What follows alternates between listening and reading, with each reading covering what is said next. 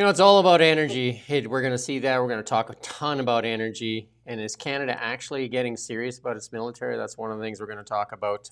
But so much to talk about here as oil prices plummet in the world right now, as Trump signals that the war is nearing its end. We have lots to talk about. Let's get into it.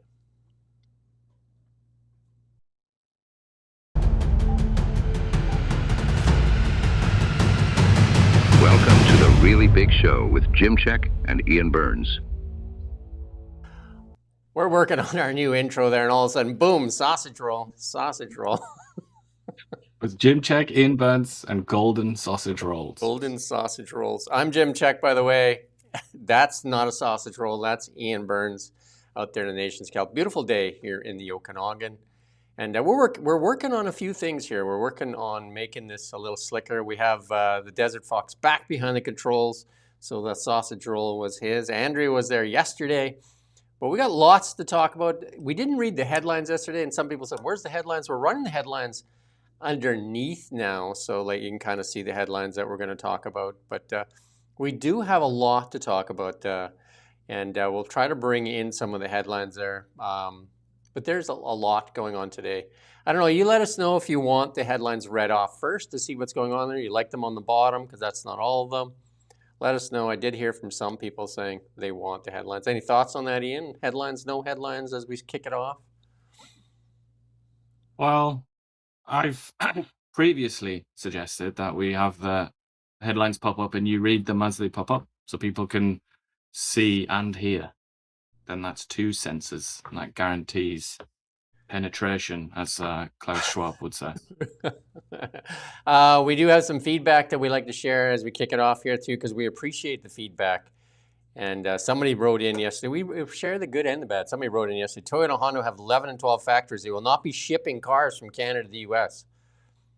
Sorry, Max, that's not true. 80 to 92% of the cars made in Canada go to the United States. Somebody says, thank you for bringing real news.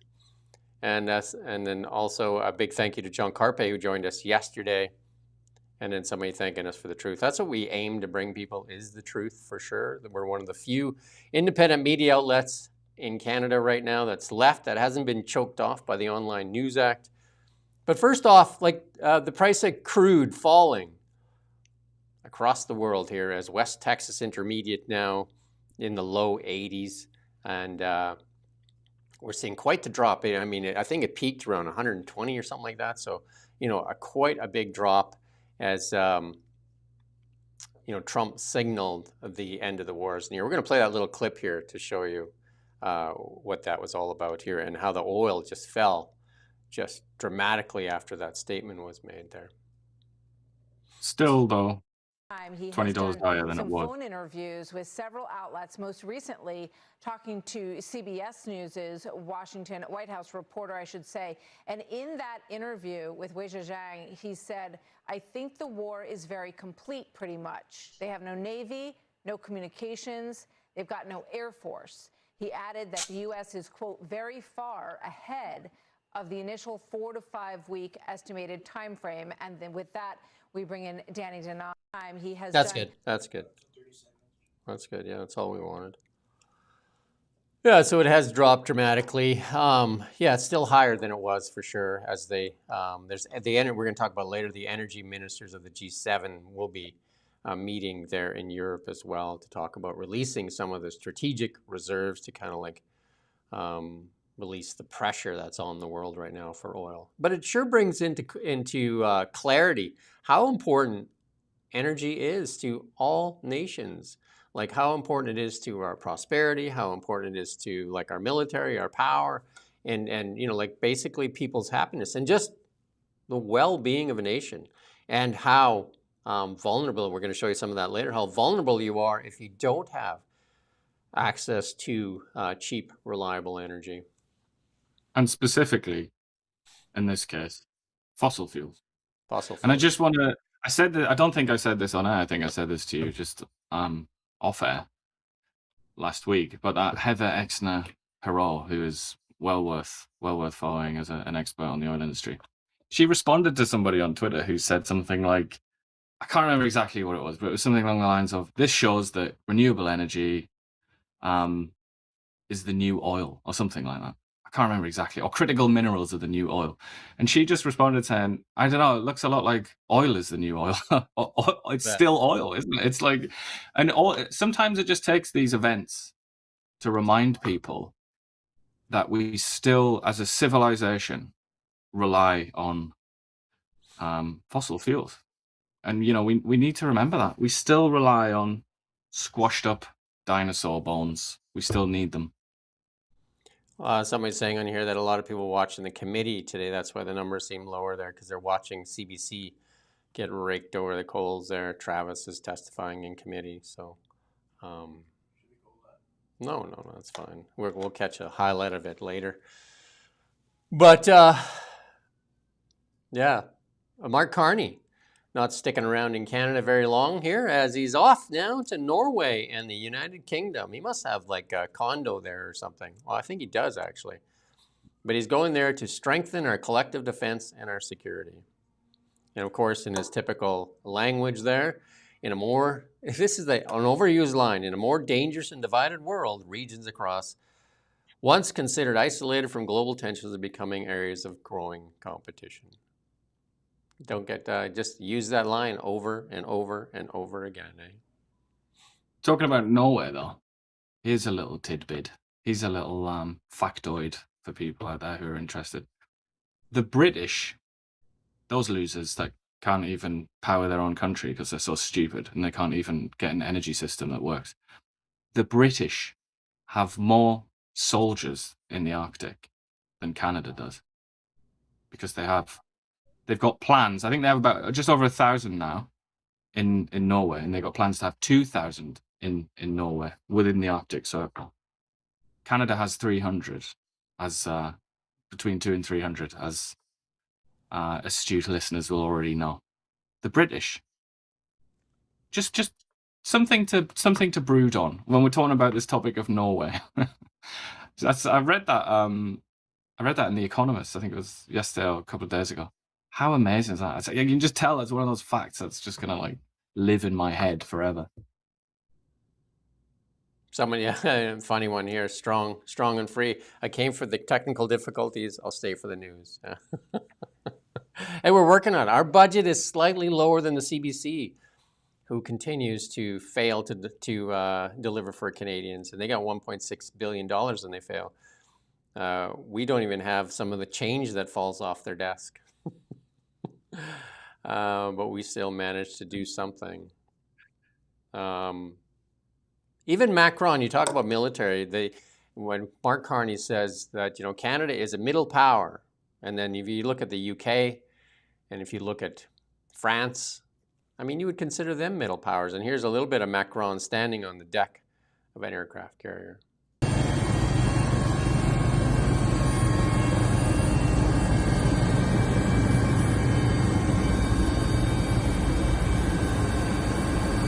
Monsieur Emmanuel Macron, président de la République, monte à bord.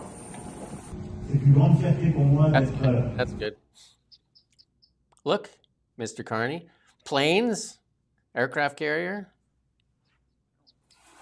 helicopters, all that stuff make you a middle power. Virtue signaling, not so much. Not so much. And, just to riff off what we said the other day, something else that kind of helps you to be a middle power, or even any kind of power at all, is to have a military that speaks the same language. That helps just a little, obviously a little bit, Don't read too much into that, but the fact that everybody in the French military speaks French kind of helps, doesn't it? When you try to say that guy over there's got a machine gun, it helps if you can express that fluently in a language that person understands. Just an idea. But it also helps if we're going to be serious. And here's the defense minister, David McGuinty here. Canada promised to spend 2% of our NATO, 2% of our GDP on the NATO target. And how are we accomplishing that? By counting trees. Like anything we can to count in, that's how we're going to do it. Defense minister included the cost of tree planting in attempting to meet the minimum 2% NATO target. And that's from the Access to Information records show that and he still fell $1 billion short. They counted a whole bunch of wild stuff, landscaping. The sum was marked as funding for ongoing planting of approximately 14,450 trees at strategic locations within the Canadian Forces housing. They should have fixed the plumbing. 7 of 14 military residential housings didn't meet standard of living there, with toilets that don't flush, safe drinking water, and unfit walls. They also tried to get the Coast Guard in there too. Coast Guard expenditures never previously included in the National Defense Budget were also added, and that's from a November 21st memo. Coast Guard moved under the National Defense portfolio. With this move, the entire budget of the Coast Guard will be included in our NATO contributions going forward. They tried to get the manpower in there too, and the Coast Guard said, we're not interested. We don't want any guns, don't have any guns. Other spending counted for NATO included $7.1 million grant to Ontario Hydro to upgrade the supply infrastructure, a $3.2 million upgrade to a water treatment plant in Quebec, and a $912,000 grant to Social Sciences and Humanities Research Council. Other NATO spending included $1.5 million for Indigenous reconciliation and $1.7 million, this is a good one, for social services related to sexual misconduct claims. So those are going to help on the battlefield. For sure, all of those things will help on the battlefield. That's what. Are we taking it serious? Are we serious about being serious? Are we serious? Is this serious? When you say you're supposed to meet the 2% NATO target, like the Americans are unveiling new weapons and Canada is counting trees, and what we're paying out for sexual misconduct claims. I don't know. Are we serious? Is this serious? I love this. You said $912,000 grant. It's actually $912,999. Buck short. Why did they do that? Like that's the thing that like a company like Apple or something like that or whatever it is, they price things like that so it gives you the illusion that it's actually cheaper than it is. Why is the federal government handing out a grant using that weird tactic for pricing something? Why? I mean, I'd love it if there was an explanation, but I can't think of one. And they also wanted to try to move in all the federal employees. Remember when they said they were going to put all federal employees, 300,000 plus, into the reserve? And the federal government employees said, hell no, we won't go. So they couldn't move them in there. So they were doing everything they can to do creative accounting. That's not how you build a strong military. That's how you just, what's he called, gaslight NATO. Is this what we're trying to do? Because if the mission is to build a strong military, you wouldn't do this. If the mission is just to meet these targets so that you can say, yeah, we're a middle power, put our hand up, we're a middle power. Yeah, we don't got any of that stuff, but we did plant some trees. And we are investigating that sexual misconduct, so you better be scared of us, Russia. And we might investigate you. But we do have a general that cries and says the military is full of racism, yet doesn't resign, because isn't it under her watch? But we're going to turn the sound off on this ad. Finally, I think somebody in the Canadian Armed Forces watched some American military recruitment ads and thought, oh, that's how you do it. Because when Trudeau was doing them, they were basically a DEI project, and we see what we got with that. But here's the new ad to join the Canadian Armed Forces, and see if it speaks to you at all. But again, I don't know where the trees are. Watch for the trees in here. No audio, please.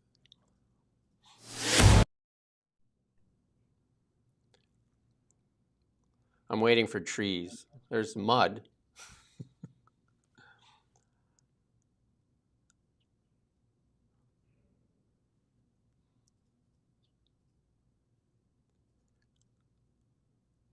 That's good.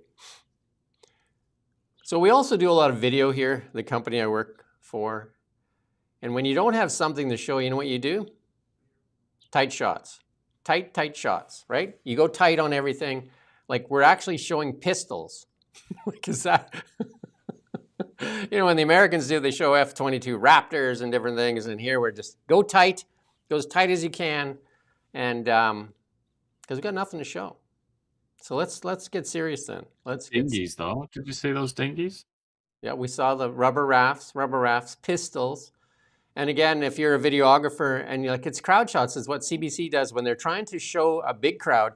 They go tight. You go tight on the crowd, right? And if they're trying to show it a different way, you know, they go on the fringe and then show it like wide, right? So that shows you. It's definitely a different though. It's, you know, like it's a little more focused on actually military though, but again, not a lot of delivery there. The U.S. Embassy, the focus for a couple of reasons, but yesterday in front of the U.S. Embassy, and this might be the reason, here's the U.S. Embassy yesterday. Got the music off there, so because that's like the YMCA song playing, and that's a bunch of Iranians celebrating, doing the Trump dance there. Nice dog. Yeah. As Bill Maher says, that's pleasuring. No, I won't say it. It's a bad joke. Anyway, you get the idea, though. Anyway, won't do it. But that was the focus yesterday. But today, this morning, heavy police presence down there as gunshots fired into the front door of the U.S. Embassy.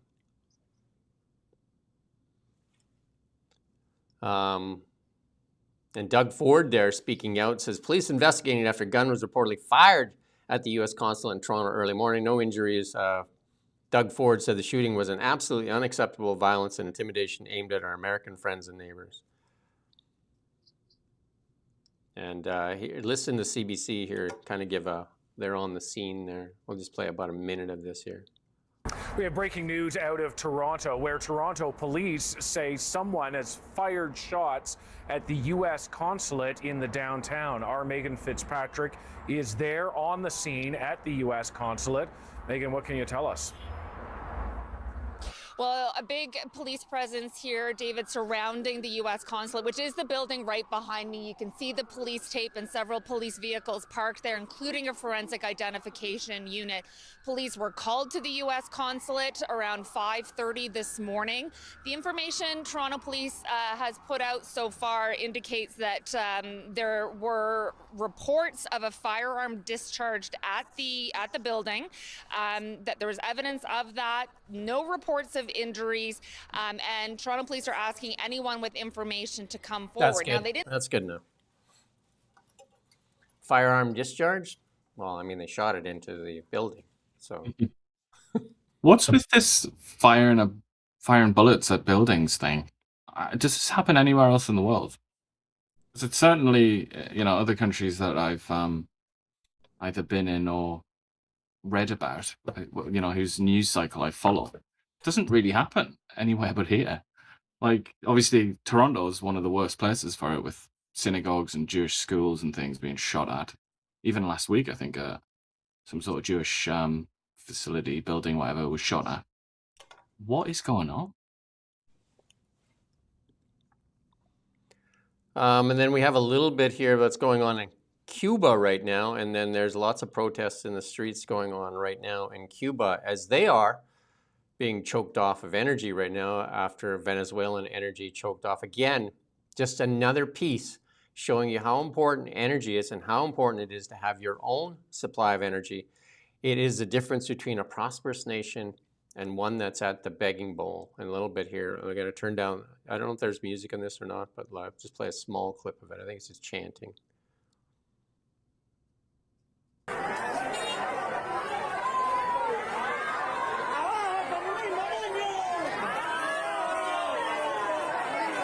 That's good. They start chanting freedom, freedom, freedom. And there's a lot of talk there. And then there's this piece out by CNBC, and then, Donald Trump renewing his threat of a friendly takeover of Cuba. And more and more talk on Cuba. They are being choked off right now with no energy, rolling blackouts, a whole bunch of things. Again, energy, so crucial to every nation, so crucial. I mean, that's the takeaway from today, how important energy is, and then how some people have taken just a different turn on energy and how a nation. So imagine if Cuba had the energy that we have. Would they do the same thing that we've done to what we have? I don't know if anybody would. There is no country on this planet that does anything even like Canada does in terms of suppressing its own wealth, trying to bury its own wealth. The closest, I mean, you could maybe talk about something like the Democratic Republic of the Congo, where they constantly have civil wars and things, so they can't exploit their resources properly, but that's a bit different. I mean, they would love to. They just can't because they can't form a proper government. So Canada's almost like in a class of its own. The only other example I can really think of is Britain, which has vast amounts of shale gas reserves, enough to power itself for decades, but is run by such stupid people that they ignore it. And they also refuse to explore in the North Sea or actually exploit the North Sea properly. That's the closest example. And I don't think it's a coincidence that that country is the, kind of the mother country of this one. There's something to do with the English disease, thinking that you can just say no to things like that and go and do the right thing. It's like, that's just not cricket. I'm going to do the right ruddy thing, even though no one else is doing that.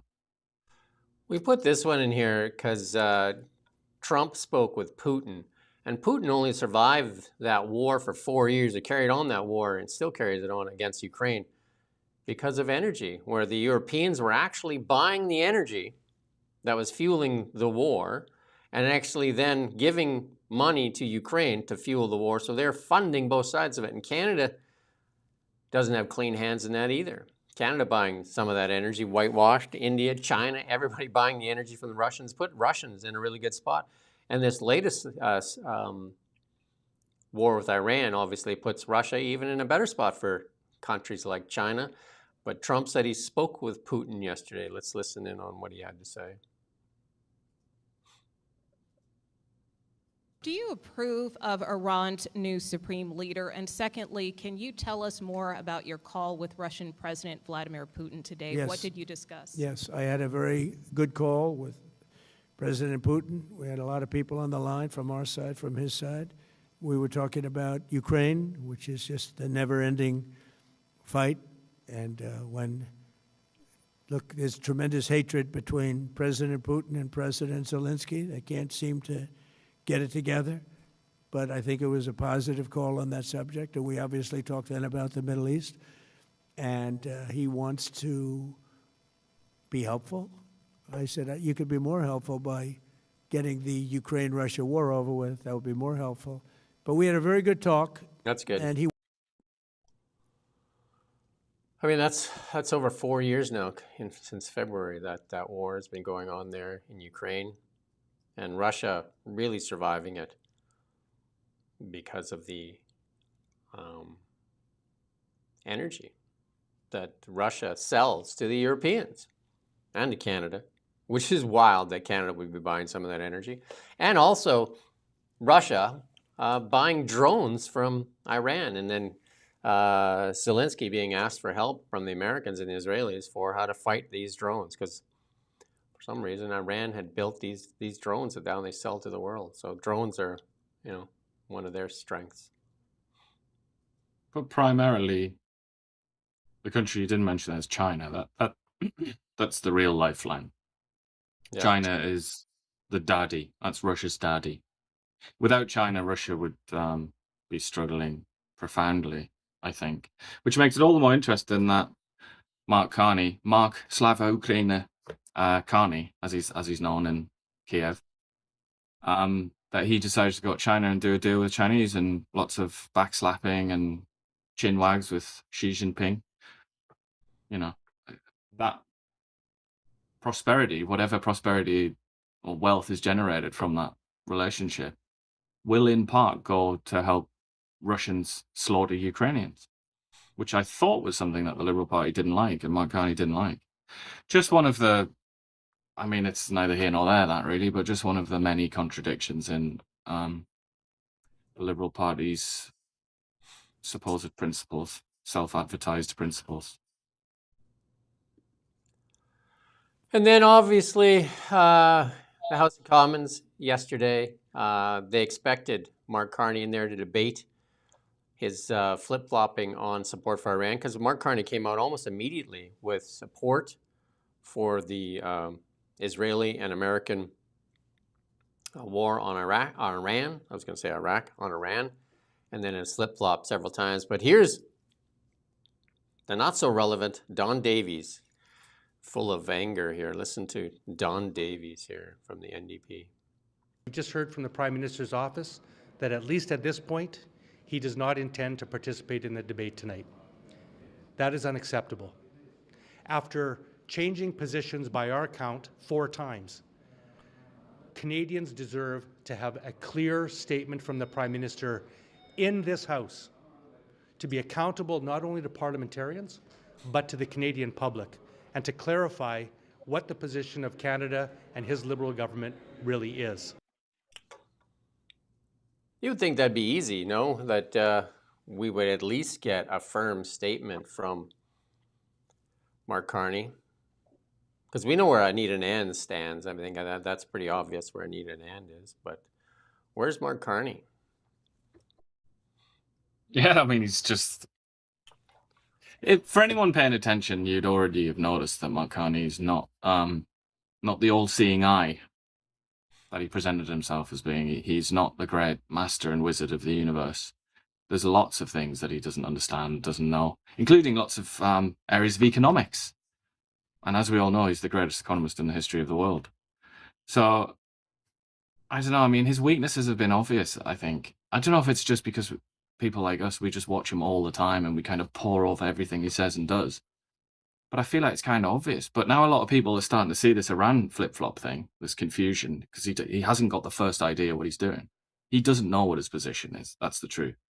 But people are seeing that now and they're kind of like, all right, maybe he's not Gandalf then. But I thought he was. I thought he was our very own heroic wizard that was going to lead us to prosperity. Not quite. Though I would say Pierre Poilievre, just this morning, did an announcement, kind of press conference with Dan Albas, and he came across very confused and said something very strange. He was asked in French if he was in favour of Canadian boots on the ground, and then he responded saying, well, there's no proposal for boots on the ground, so I don't know. I can't say anything about that. Which just had my head spinning. Why is he responding like that? Like, does he not know? Does he also not know what he's doing or what he thinks of this? The answer to that is no way, no Canadian boots on the ground in Iran. Obviously not. No, absolutely. You know, as many lines under that as you want, as many full stops as you want. No, that is surely the answer to that question. But I mean, certainly for a conservative, anyway. You know, you would think somebody, a Canada First leader, self-described, would not even dream. The Americans have said no boots on the ground. ground. The Americans have said no boots on the ground. So why would Canada want to put boots on the ground? I mean, and also what boots? What boots are you talking about anyway? We haven't even got any boots unless there's a sale at Canadian Tire. Here's Pierre Poilievre's position, though, in the Iran war debate in Parliament there yesterday. Let's listen to this. National interest for this regime to be defeated and replaced by the Iranian people with a peaceful democracy. We need strong leadership that takes a stand, maintains that stand, stays consistent at home and abroad, and shows up in this House of Commons to do what is right and speak for the Canadian people. And that is what we do here today. We as Conservatives make it clear that it is in our national interest that the regime in Iran, which has infiltrated our country, murdered at least 55 of our citizens, and harassed countless others, be removed. And that is why I supported the Prime Minister's initial support of the U.S. and Israeli airstrikes. Since that time, he has flipped and flopped more than 4 times, having 4 contradictory positions in as many days. First, he said he was for the attack. Then he regretted his support for the attack. Then he said that his support for the attack was illegal under international law. That's good. We get the idea. Well, look at that. There's the thing the Conservatives and NDP agree on 4 times. Flip, flop, flip, flop. Flop, flip, flop, flip, flop. Even Peter Mansbridge. I mean, this is, you know, we talk about low-hanging fruit now and then, don't we? We can't resist it ourselves. And nor can politicians. This is just easy peasy. This is the Prime Minister looking like an absolute idiot, not knowing the first thing about what he should know about. I mean, and I also say here, it's not like he has to Google it or anything like that. He's got people around him who are supposed to tell him. Yeah. He's supposed to have advisors who have like up to the minute knowledge who can inform him, and then he just makes a decision based on that knowledge. But he seems to have no knowledge and also has no decision. So yeah, and I mean, when your prime minister, when your political rival is being that amateurish and stupid, you've got to get the knives out. You can't sit that out. You remember when CBC actually had serious people on their desk, like Peter Mansbridge? Even he's come out and says, like, what's going on here? Conservatives called for debate on the Iran war, but the Liberals are the ones disagreeing with each other. Like, who's on what side? And CBC no longer has the likes of Peter Mansbridge. They have sausage eaters there. Now you can put up the sausage rolls. They have the golden bucket there, the golden bucket sitting underneath their desks. They just reach under there. As soon as they go to a break, they pull out the golden sausage rolls and chow down. Today, I wonder in committee hearing if there's anybody in there with buckets of sausage rolls when they're just like, committee break out the sausages. None for you, Travis. None for you, Travis. Sausage roll gun. They're just shooting them into the crowd. Travis, you get none. Yeah. Sadly. And this here is U.S. upsets moral compass. This is here from Holly Donald Blacklocks again. This is we're giving up Kuzma and our prosperity. Trade with the United States is compromising Canada's moral compass. Is it? Is it really? And that's a Commons Committee chair. That's a Liberal MP, Salma Zahid, said internal American immigration enforcement raises serious human rights questions. So how about the human rights questions in most of the Middle East there? You know, slaughtering tens of thousands of people in the streets. How about those human rights violations? Can I just interrupt saying, just say, how good is that picture that Blacklocks has chosen to illustrate this story? I like the flags in behind there as well. Yeah, and then everything about that is just a fantastic picture. We are a country that has that historically championed refugee protection. Well, America was built on it. They got that Statue of Liberty. So I don't know what both countries built on immigration. So, well, that was a gift from the French, the Statue of Liberty. So, and that was in the, was it late 19th, early 20th century? So that's, I mean, it was, a lot of people look at the Statue of Liberty and say, yeah, that's what America was built on. But I mean, not really. As I said, built by French hundreds of years after America was settled. But I'm just quibbling. Yeah, so I mean, obviously Canada is morally and vastly more virtuous than the United States, according to this fine young lady here. They put a bill forward. The bill would seem to have two possible consequences. Either the United States stops sourcing from here or it simply does not comply. So this is a bill they're putting on Bill C-233, an act to amend the Export and Import Permits Acts. The bill would expand a current requirement for permits on the sale of complete weapon systems and parts sold to subcontractors, including U.S. firms. Zahid raised the 2025 sale of 20 armored vehicles to the U.S. government by a Brampton, Ontario manufacturer. These armored vehicles have been deployed in ways that raise serious human rights questions, and yet under our current framework, these sales can proceed with minimum transparency and human rights scrutiny. In supporting this bill, we affirm that Canada will not consign its moral compass to convenient legal loopholes, said Zahid. We are saying human rights matter more than trade loopholes, that social justice matters more than export conditions. So Canada will exercise its moral compass over companies in Canada that try to sell into the United States of America. And this woman, I mean, there are some hints. If you look really closely, you might have to get right up to the screen, but if you look really closely, you can see some hints that perhaps this woman is a follower of the religion of Islam. Maybe. It's possible, anyway. Interesting, anyway, that she's talking about the United States here, and yet to my knowledge, has said nothing about our trade with China, a country that has unambiguously committed a genocide against the Muslim population in Western China, goes around and captures people in Xinjiang and puts them in camps to get them to stop believing in the kind of Islam that they believe in, and announces all like just crazy laws and statements about the supremacy of the Han ethnicity, the Han race, as opposed to Turkic races like the Uyghurs, who are predominantly Muslim. Isn't it interesting that this woman who, as I say, maybe, there's a small chance maybe that she's a Muslim. Isn't it interesting that she didn't say anything about China? What could that possibly mean? I just, again, as we've established, I'm not very smart and I have an exceedingly, unusually low IQ, so I can't really comment. I can't expect to be taken seriously because I can't figure these things out. But maybe somebody else could figure that out.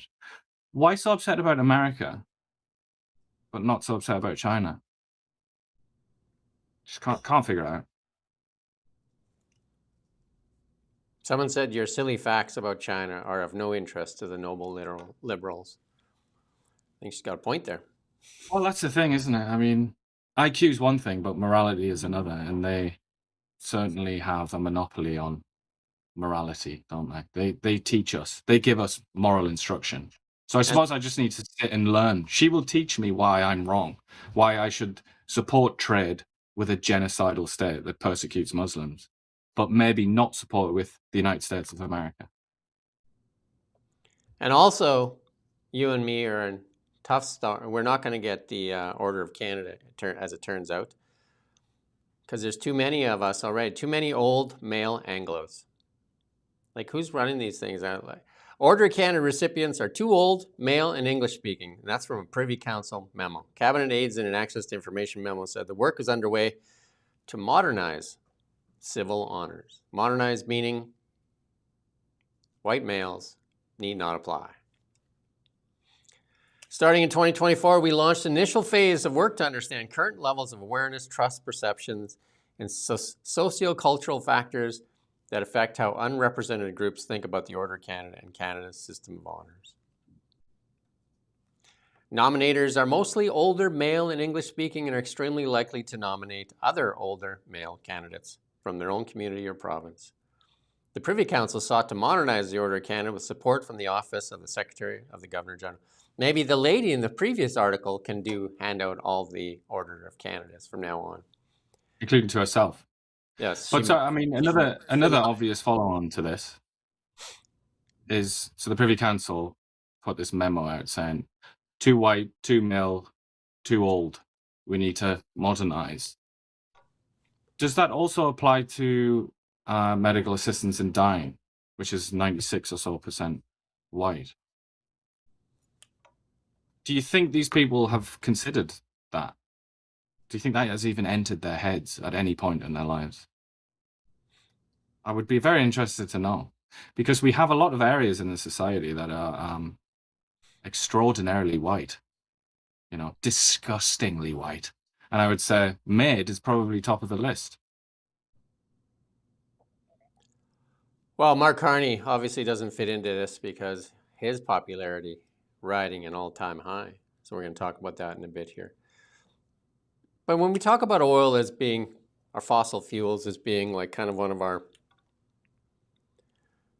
gifts that were provided to us by the great gods of resources here beneath our feet, is also mining. Canada is one of the richest nations in the world by diversity. And it comes from our forestry, our mining, our oil and gas, our like fisheries, whole bunch of things. And of course, agriculture, one of the best agricultures in the world. We almost have it all. Canada is basically self-sufficient and yet stymied by one big factor. And here's a witness here that warns Canada's reliance on China for critical minerals, all the stuff we have, harms its sovereignty. Listen to this here.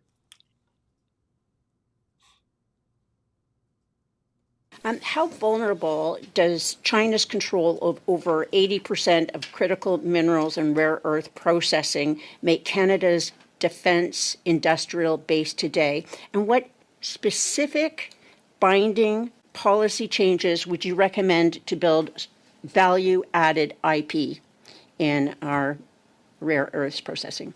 Thank you for that. And IP is interrelated to AI and AI sovereign compute and data. It's also interrelated to standard setting.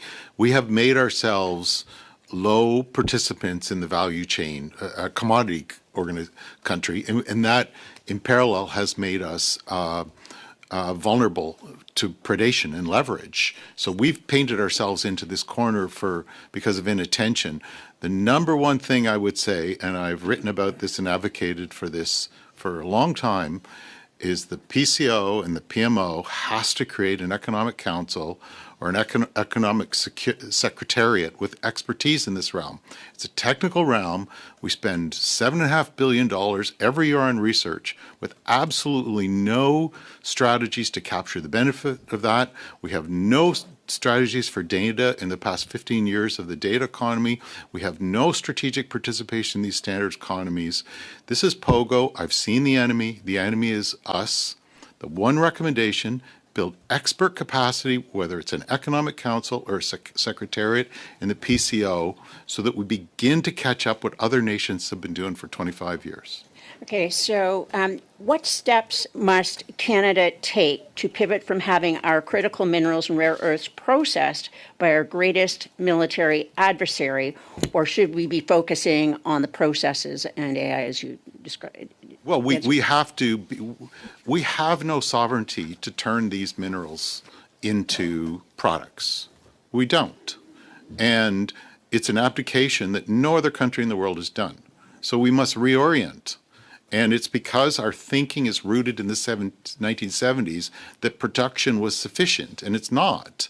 That the ability to turn these into products and have leverage so that you're not easily weaponized against is where the action is. And I've given you, I could give you much more than I shared today, what the EU, US, and China have been doing to capture these value chains, and we need to get into the game. And it's an abdication of responsibility. It's as simple as that.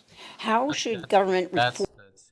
It's painfully obvious. It's painfully obvious. We are, like, I mean, when people are meeting in boardrooms and they assess governments, like we're coming out on the bottom of the pile. We're coming out on the bottom of the pile. There's projects probably going to go ahead in Venezuela right now ahead of ours because our government is seen as a higher risk than Venezuela.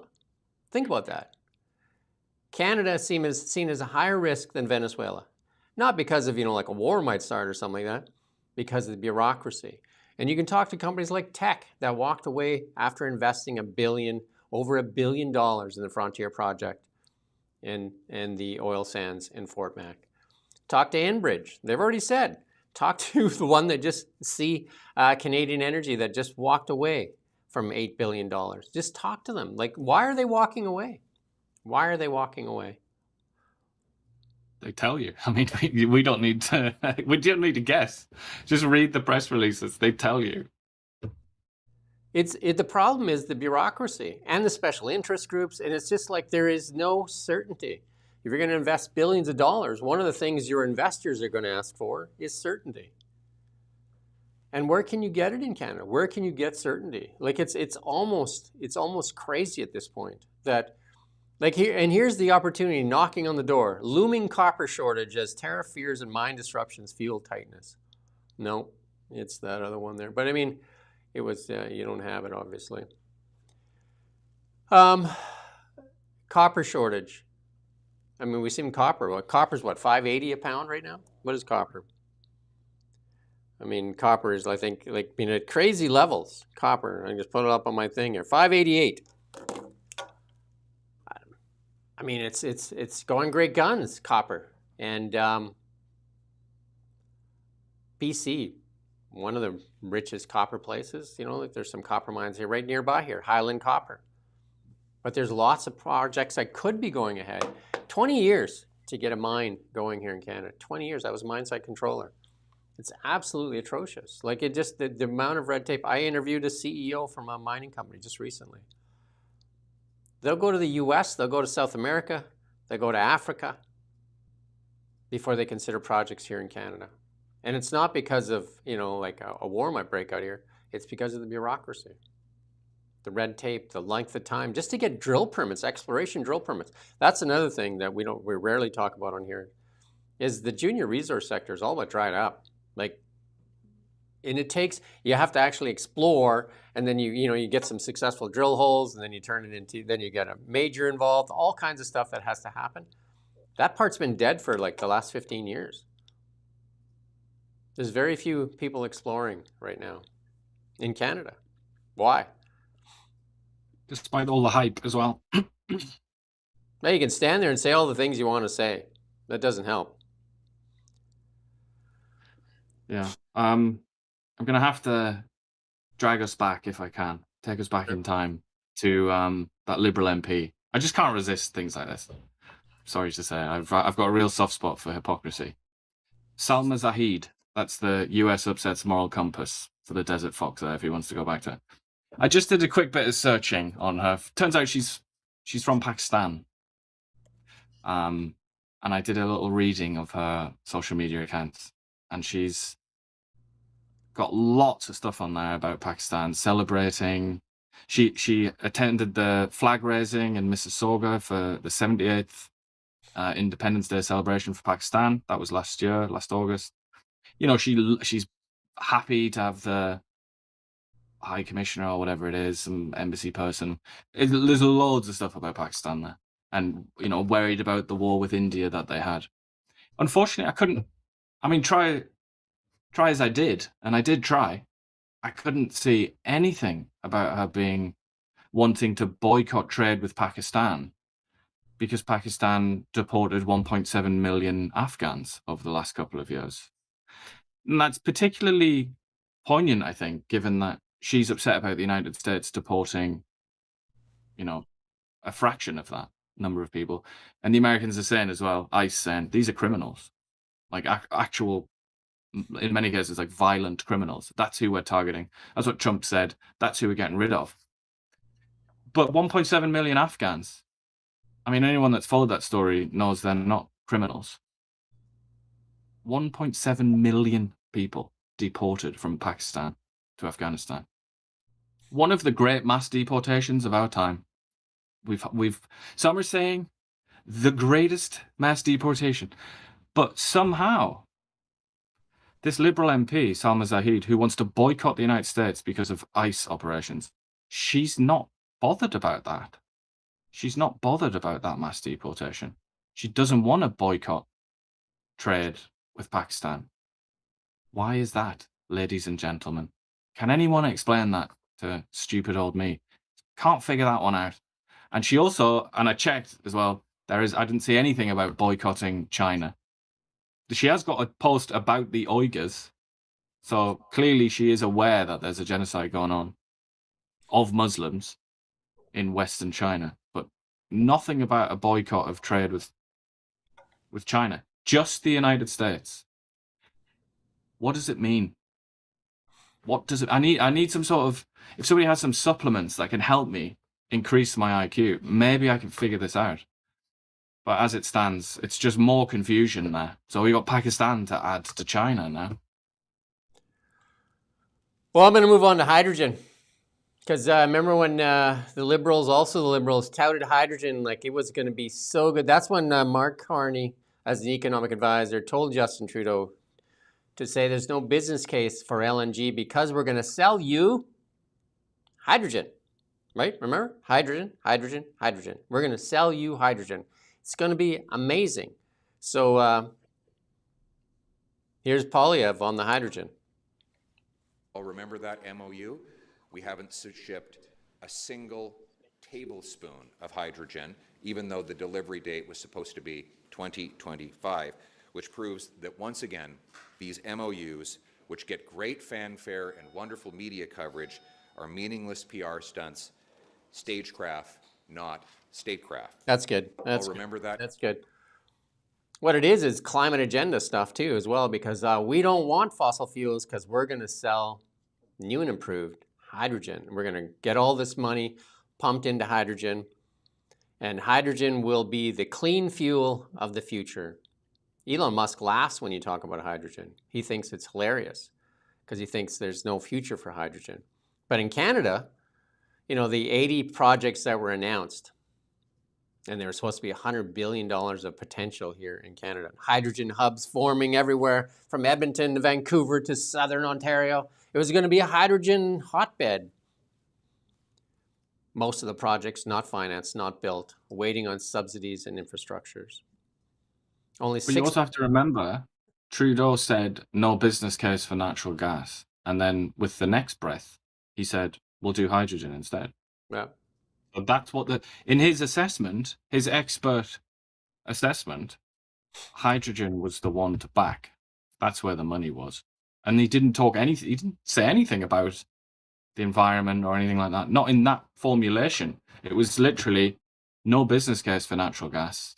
Hydrogen, however. That was his argument. Well, in the world right now, it's not just Canada struggling with hydrogen. Only 6% of the announced hydrogen capacity globally has moved forward. Most projects delayed, downsized, or canceled. Why? Expensive.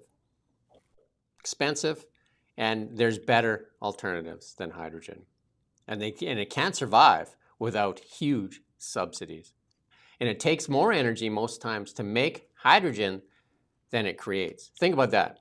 If you take 2 inputs of energy to create 1 output of hydrogen, at some point, even the dumbest of us, like, you know, Ian and myself, would figure out that this is a losing game. I mean, I wouldn't bet on me figuring that out, but yeah, you figured that out, haven't you? It's almost like a reverse perpetual motion machine or something, isn't it? But the idea as well, remember, the idea was to use wind turbines, wasn't it? To build massive wind turbine fields and use that to generate hydrogen and then sell it to the Germans. But wow, that was a good one. But it does fit our theme here for Canada. Energy rich, managed, energy poor. We managed to make it poor because we were pitching hydrogen when the world wanted fossil fuels. And most of the world now, we're going to show you later, just stick around for the receipts because we got the receipts. We're going to show you all the receipts. But again, who got rich? Who got rich off all this stuff is companies that just preyed on the subsidies. There's companies that are just basically parasites of the government preying on subsidies. They wait for the next subsidy to come along. Imagine who they are. Just think about who the subsidy takers are. Anyway, energy, we talked about it, it's all about energy. And right now, this latest crisis, I mean, how many crises you need for this to be drilled into your head that it's all about energy? Like how you can let anybody, the CBC or anybody, tell you that it's all about climate change, it's all about hydrogen, it's all about this, it's all about that. Meanwhile, they push you into poverty. You just got to stop listening to them. They have a narrative that they push. Just like that lady, that Liberal MP saying, how virtuous she is there, blocking sales to the United States. Well, she just has a blind eye to everything else. They're just pushing narratives, right? So I don't know what Canada would be. Just imagine Canada's there as one of the energy ministers in the G7 there meeting in Paris. They're going through a process with, you know, obviously all options are on the table. Isn't that just like, think all options are on the table? Canada's like, we can contribute more energy. And they're just like, to who and how? The owl comes out. Who, how? Melanie Jolie's owl. Comes out and says, well, how you get it to anywhere? Like, what are you doing? What are you literally doing? Somebody should just throw the book on the table and say, here's this book called Values that your prime minister says you want to keep 80% of them in the ground. What's the matter with you? What is literally wrong with you? That's if I was sitting in that meeting, I would say that. What is literally wrong with you? Venezuela is going to take your lunch and eat it. Like Venezuela, right now, they're meeting in boardrooms right now, and there's major companies making investment decisions, and Venezuela is going to come out on top of Canada for those billions and billions of dollars of infrastructure money. And some of those companies might even be Canadian companies like Enbridge that make that decision to go to Venezuela before they come to Canada. Think about that. And then stick your head in the sand, and then don't forget to virtue signal before you put your head in the sand. And we should say, that's a disaster for the future. That's unfolding into the future, but we can't forget the past. Talk about having our lunch eaten. Little old Australia, which is literally in just the most bizarre part of this planet geographically. It's so like isolated near Antarctica, just lost in the Pacific Ocean, Indian Ocean there. Australia, and it doesn't have all that much natural gas either, at least not compared to Canada. And yet Australia became at one point the #1 exporter of LNG in the world. You know what I mean? Like, and Australia, get your charts out, get your databases out. Australia is ahead of Canada in every single way, every metric that matters: quality of life, wealth, even debt. I mean, they're better off in just basically every way, except they have giant spiders and snakes to deal with. Obviously, that's probably an area where they suffer. But in every area that matters, the Aussies are laughing. While we did nothing, we had Justin Trudeau and Stephen Guilbeault wag their fingers about it.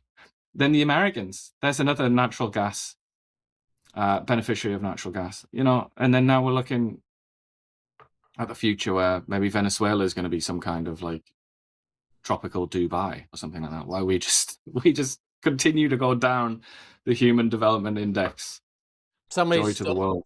Somebody stole my globe there to show you where we're actually buying natural gas for LNG from Australia. Do you have your magic globe there to show people? I don't know if I can control it though. I'm not very good at the controlling part. There's Australia. There's Australia. Australia. So we need to go to the Pacific. We're going round. We're going round. Look how big the Pacific Ocean is, man. And then we're going to go under here. Yeah. And then we're going to go up. Whoa. Yeah. And then back. Which is a real, if I can, here, a real natural gas hotspot. But we'll just do that trip instead. Why not? Boom. And here we go. Amanda, here's Ursula von der Leyen. Ursula von der Leyen with an epiphany. Listen in on Ursula. The nuclear story, unfortunately, is different, and you described why. While in 1990, 1/3 of Europe's electricity came from nuclear, today it's only close to 15%. This reduction in the share of nuclear was a choice. And in hindsight, it was a strategic mistake for Europe to turn its back on a reliable, affordable source of low-emission power. That's good. Really, Ursula? It was a mistake, a strategic mistake? No shit, Sherlock. Right? But the thing is, she's almost saying this. It's similar to Justin Trudeau when Justin Trudeau was called out for having been an extraordinarily racist person in his past. When he'd, you know, basically exhibited all the characteristics of somebody afflicted with racial hatred, as if he despised black people. When that happened, and it was exposed that happened, remember he came out and he said, "We all have work to do." Something like that, wasn't it? As if everybody else was racist. No, just you, Justin, as a matter of fact. But she's coming out here and she's almost like, yeah, we all made a mistake, didn't we? Didn't we all, guys? It's like, silly us. It's like, actually, no. People, this is what I mean when I say people on the street who you could just walk out your house right now and drag them into your house and say, make a decision about Europe's future energy policy. Those random people would make a better decision than Ursula von der Leyen, Angela Merkel, and the rest of those imbeciles who've been in charge of very important and powerful countries. Random people knew that was stupid when they did that, when they decommissioned their nuclear power plants.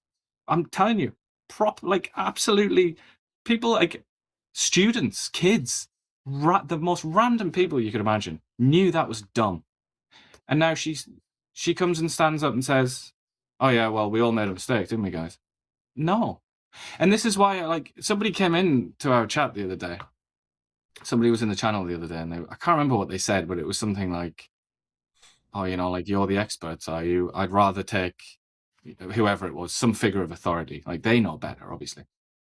Well, you're looking at a figure of authority. Angela Merkel, has there been a greater figure of authority in Germany in recent years? She had the whole world in the palm of her hand. Obama loved her. The press loved Angela Merkel. She was considered this great, wise woman. And she did that. So when people say things like that, when they do that appeal to authority and they say, oh no, I think Mark Carney would know better. I think I've been around too long. I've been paying attention too long. I know that's not true. Random people in the street often know better than these people. And this is going to be Exhibit A. I mean, I've been a big nuclear proponent for a long, long time. And I was heavily invested in nuclear. In Fukushima is when Angela Merkel and the rest of them basically closed many of their nuclear plants like overnight. Fukushima was the tsunami that caused that meltdown in Fukushima there. And no tsunami could reach Germany, I wouldn't think. You'd have to have a hell of a tsunami for it to get to Germany. And then you can get mudslides, like landslides in Norway, can go across and cause problems. But if you look at their nuclear power plants, they were on the Rhine. They were right in Germany. You're not going to get affected by a tsunami. And also, those landslides are so rare that, come on. Saskatchewan, rich in uranium. It is one of our, one of our jewels. Companies like Cameco, Denison, and Mark Carney company there, Brookfield and Cameco own Westinghouse together, almost 50-50. And they've contracted to build 8 nuclear plants in the United States, none in Canada. They're investing in the United States. One has, the reporters aren't even asking that question. Why is Mark Carney and Brookfield investing in the United States and not in Canada? It's crazy. Thank you here for the comments. Thank you for joining and becoming a thinking Canadian. We appreciate that a lot. Yeah. Anyway, nuclear energy, clean baseload energy. That's why Meta is actually revitalizing 3 Mile Island, that nuclear plant that was shut down. I think that's the one used in The Simpsons all the time, is being revitalized for Meta. Because Trump has said to the AI companies, you want to build an AI plant, get your own energy. Now, you're not going to affect residential rates. So they're finding wherever they can find energy. And Elon Musk obviously using solar and mega packs and that, and then taking a lot of excess energy and storing it in that. But energy is everything. And the biggest contributor to energy in the world right now, by a long shot, not by a little bit, by a long shot, it's fossil fuels. Like a long shot. Like the base load of energy is fossil fuels. And it's highlighted because if the world was relying on unicorns and sunbeams and wind, the current situation in Iran wouldn't affect the world as much as it has. But it's affected almost everybody dramatically at the pump, and it's going to affect the food prices. Like in the next coming weeks, you're going to see that the food prices jump dramatically. Yep. Hopefully it's a short-term fluctuation. And in Canada, we exaggerate our pain, though, because we still have in Canada something called an industrial carbon tax, a fuel standards tax, a clean fuel tax, a food packaging tax. And come April 1, it's going up. And here's Andrew Scheer. Listen to this. Questions orales, the honourable member for Regina Capel. Control what happens abroad, but the Liberals do control the policies that they are imposing that make life more expensive, like the Liberal fuel standard. This is effectively another kind of carbon tax, which adds 7 cents a litre and will rise to 17 cents a litre, meaning more costs for drivers, farmers, fishermen, and those who transport us our food. The Liberal Prime Minister is also hiking the industrial carbon tax on steel, aluminum, plastic, and farm equipment. These costs are imposed at home, not abroad, and paid for by Canadians. When will the Liberals accept responsibility for what they can control and cancel their policies that make life more expensive for Canadians? The Honourable Minister for Jobs. The Honourable Minister of Energy and Natural Resources. Mr. Speaker, Canada is an energy superpower, and last year Canadian oil production reached a record high. No one can predict the future of energy markets, but our allies are looking for stable, reliable energy supplies in an increasingly uncertain world. That's why we're fast-tracking projects like the Taylor to Gordondale pipeline. That's why we're fast-tracking projects like the Sunrise expansion. That's why the TMX optimization is moving forward. Mr. Speaker, we are helping solve the world's affordability problem. That's good. That's good. That's enough of that. He asked you about the industrial carbon tax. That's the question in front of you. The question is, why are you increasing the industrial carbon tax? Why? Yeah, but as is the case in the committees as well, they don't have to answer, and they pretty much never do. Look how he had to look down to read that talking point. In an ever-increasing dangerous world. That's it. In an election time. But also, we're helping the world. We're helping give energy to the world. Although, because of your party, there's a pretty tight lid on how much we can give, because your party killed projects that would have got more energy out into the world. Somebody said we should do hydrogen sausage rolls. You could probably get more sausage rolls to market than you could get a pipeline built to the northern coastline, or the northern part of BC coastline. Well, here we got champagne here. You put this one in here. I'll let you preview it, or we'll watch it first. What do you want to do here? And what's the timestamp on this one? I mean, it's self-explanatory. It's just he's asked a question at a press conference. And the timestamp should be built in. Just click it. Let's see what happens. Yeah. See what happens.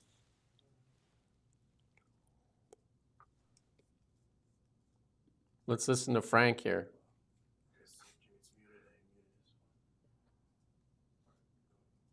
To release to help the price? Well, Canada, I mean, we announced the North recent. You want to start that again? Because we missed. It's quite. You have to listen to the question. Go back to the beginning of the question. G7 is united, committed LNG approach. That was, we announced advancing discussion with respect to LNG Canada too. I think with. Well, that's not going to work. I'm having a bit of trouble here. Let's see if I can find the exact. Okay, so 2103, I think, is the 21. Try 2103, and then we're going to have to do an Ursula von der Leyen and cancel all Kermit the Frogs for today. Try it.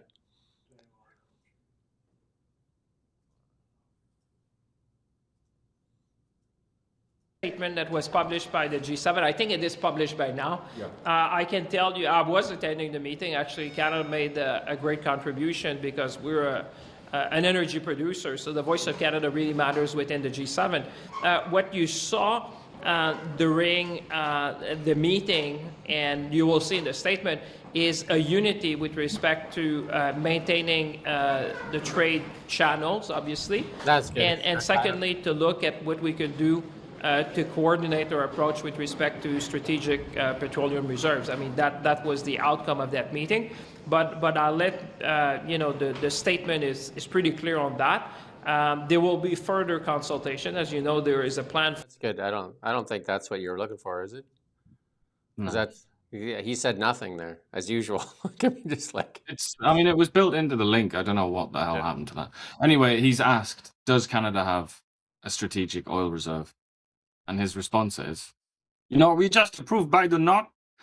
We are sending out LNG. We are an energy superpower in Canada.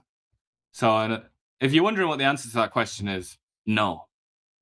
Canada does not have a strategic oil reserve. But his response we do? was just amazing. The first thing he said, you see, by the NOT just approved?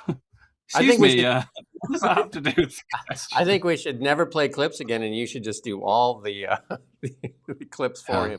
Send me the transcript, and I'll just read it out. And then I do believe you're wrong on the energy reserves here in Canada. It's located at almost every corner there on the highway. It's called Chevron. Just like we've got food reserves in Costco and we have Chevron, we have Shell, we have Petro-Canada. So strange, though. I mean, and there's obviously that's an argument that goes back a while, doesn't it? Like Canada should probably have a strategic oil reserve since. I mean, the reason it doesn't have one is because it says, "Oh, we're such a big exporter, we don't need one." But obviously, Eastern Canada relies on the United States and Saudi Arabia and Nigeria and other countries for their oil, because people like Francois Well, Philippe the decided answer, that we shouldn't have an oil pipeline connecting the oil to the population of Canada. the answer more so is we rely on the American strategic oil reserves because we buy a lot of that for Eastern Canada from the United States. So because they refine it for us and then That's send where it back. most of it comes from. Yeah, it's U.S. oil primarily.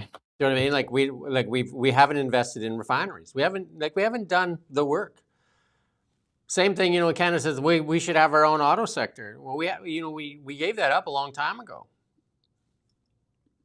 It's just clownish. And Yeah, it's hard to have an auto sector when you rely on a foreign company yeah. building cars in your country to sell to a foreign country. So Yeah. you're like a go-between. We are the go-between of the Japanese and the Americans, basically. We're the 'Cause we laundromat. subsidize the Japanese and offer them cheaper energy and things like that, and lower wages for workers. We're the laundromat. They bring us their laundry, we wash it, and then we sell it to somebody. You know what I mean? Like we're just the go-between. And we haven't invested because people don't want to invest in Canada because of all the bureaucracy. I mean, here's the difference between Trump and Carney right now. The absolute difference. They stand there and they say, Canada has what the world needs. And that's true. That part is absolutely true. But why are you globetrotting around the world convincing people to come get it then? Because they should be beating down a door. They should be coming to us, beating down the door. Because look at Trump. They come to him and he doesn't offer them corporate welfare. They basically offer him things. So they should be coming here. We should make the environment conducive to people wanting to invest in Canada. Most of the investments that you're going to see with Jolie and them standing there is because we've doled out billions of dollars in corporate welfare. They come for the corporate welfare. That's the difference. Canada believes, because doling out corporate welfare gives politicians power. If they just come here, that doesn't give them power, right? So that's the reason they love to do. They weaken industries and then they dole out corporate welfare. Here's the two visions for Canada. And you have one that promotes energy. We'll listen to Pierre Poilievre here. Last week, Liberal laws forced one of our biggest producers, CNRL, to cancel a massive energy investment. In the middle of a massive price spike for oil, our industry is not expanding, it is retreating because Liberal laws are pushing it away. CNRL specifically cited the Liberal industrial carbon tax and red tape as the reason. That is why I'm calling for, and Conservatives are calling for, an emergency energy supply plan that would unblock our resources and get them overseas. It would repeal C-69 to rapidly approve permits in 6 months rather than 18 years. It would legalize shipping oil off the northwest coast of BC. It would scrap the industrial carbon tax that is raising food prices and killing jobs. All of this would boost our dollar so that food and energy are more affordable here at home. That's good. I'll work with the Prime. I mean, it seems simple enough. Don't have to be a rocket scientist. Maybe he's also got a really low IQ like us, and he's just not seeing the obvious. You got to be one of the high IQ kingpins to see, what the Liberals see. I think it's like Mensa. The Liberal Party is like Mensa, isn't it? Yeah. And to get special, to get the sort of the big seat at Mensa, you got to have a really big IQ. And I guess we're all just on the outside looking in. If the goal is tax schemes and how to stick your hand in the taxpayer pocket, they've figured that part out very well. That part is figured out very well. The industrial carbon tax, the CCUS that they're going to pitch. And I know that he hasn't really been banging that drum recently because, it's not exactly a hot seller right now in the world as people walk away from climate change and realize that it was a big mistake. And this is, again, being highlighted by what's happening in the world. Energy is everything. Like, you can't have a strong military without what? Can you have a strong military without energy? Well, if you got hang gliders, if you got a kite army, who needs drones if you can have kites? You know what? I'm saying oilers and dinosaurs. Yeah, I mean, I was being facetious, my lord. The, Thanks for being on the ball there. We got one more. This is I believe she's from Fort Mac, an MP. We'll just give her a couple seconds here, just to highlight again in case people are missing the point here. Governments claim the Prime Minister has not approved a single new pipeline to Tidewater. Even with sweeping new powers, the Major Projects Office has yet to approve a single major project, let alone one in Canada's oil sands. Canada's energy sector could help supply our allies, strengthen our economy at home, diversify our trade, and provide greater economic certainty in an uncertain world. Why won't the Prime Minister support responsible energy development so Canada can help our economy and our allies? That's good. That's the first time I've seen Layla. I don't know if I missed her before, but from Fort Mac. Fort Mac, where Teck walked away from the Frontier project after spending $1 billion. She's a little animated there, but hey, she's into it. She often makes appearances. Yeah, I think we've featured her a few times, and she's always like that. She's always full of beans. Good for her. But Fort Mac, we're like one of the hubs of energy of Canada. One of the hubs of energy hub of Canada, treated like the scourge of Canada. And that's the one that Karina Gold and Mark Carney said need to stay in the ground. Keep that stuff in the ground. And here's some ugly news that isn't trumpeted by the Globe and Mail and the climate agenda here. Great news, once again, the port's biggest export by volume, coal. Clean, beautiful coal. That's not my words. And a lot of that coal coming from forwarding coal out there in Elkford. She's a very she's well worth following, and she's got quite a funny attitude to all of this. Quite sort of wry attitude. But speaking of the ports, and China loves to burn coal, by the way. But according to Mark Carney and the Liberals, China leads in climate change. Just not sure what they lead in. But what we don't do at the ports is inspect the containers. Let's listen to this here.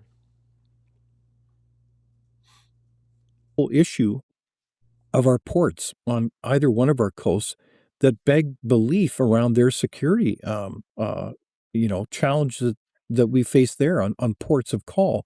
So can you explain to us what the issues are with our ports? Well, the port security piece is significant, and that's probably due to a lot of our capability.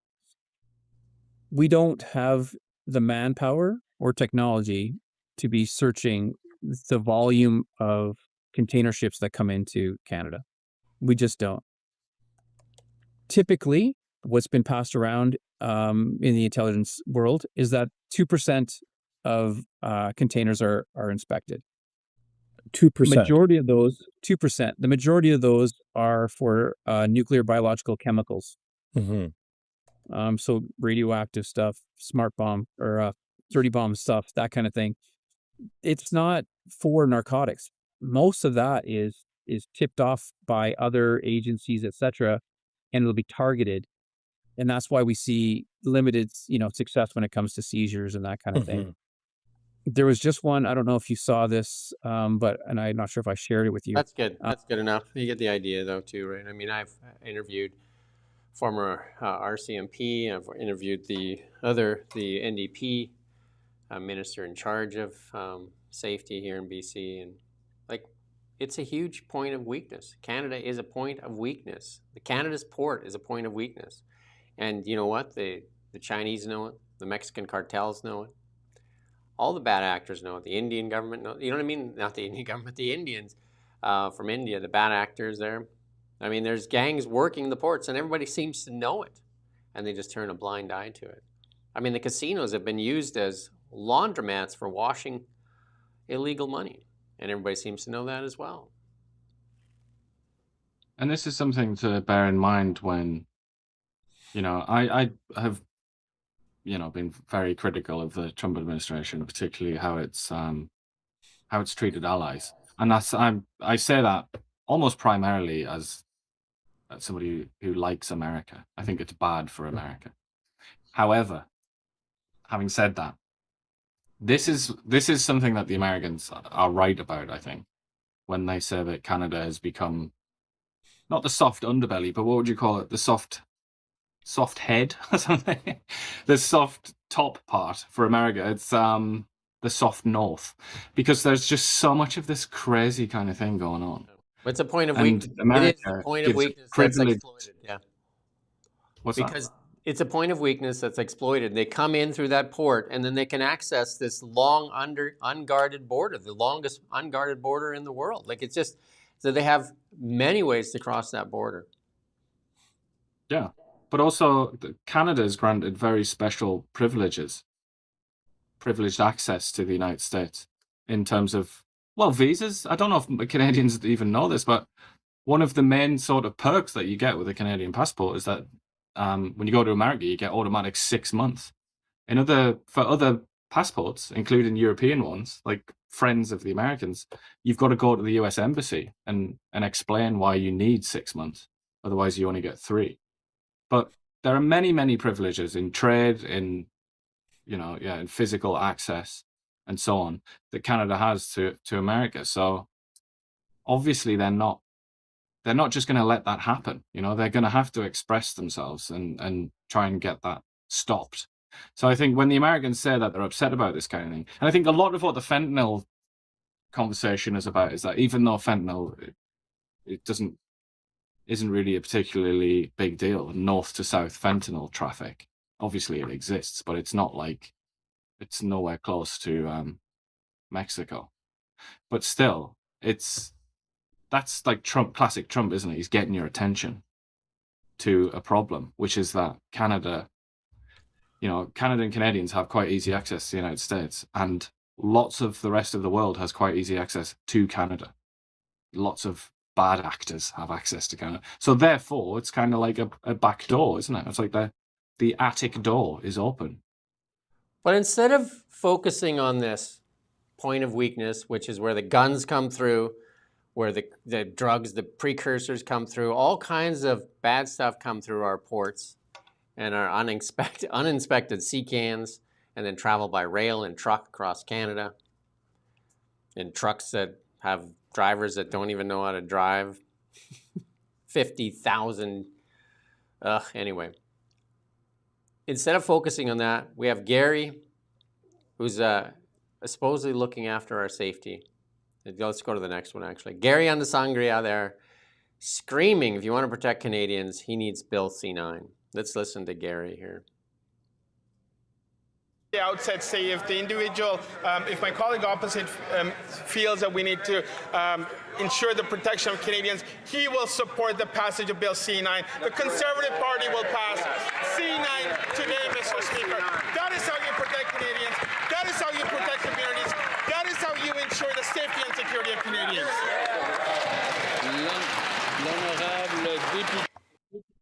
Do you think they stand in a cheer room before they go out there into the House of Commons? It's like, they're in cheerleaders, they go to these big competitions. You think they stand in a cheer room there, and then Gary does his little banter there, just like, how about fixing the crime laws here in Canada? How about we focus on that? How about instead of like internet freedoms? How about that? How about we do that?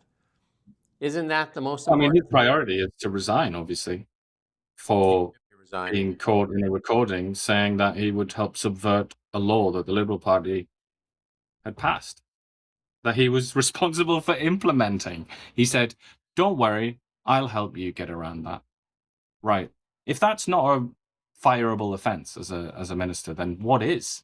Nothing. What is? Apparently what nothing. is the threshold?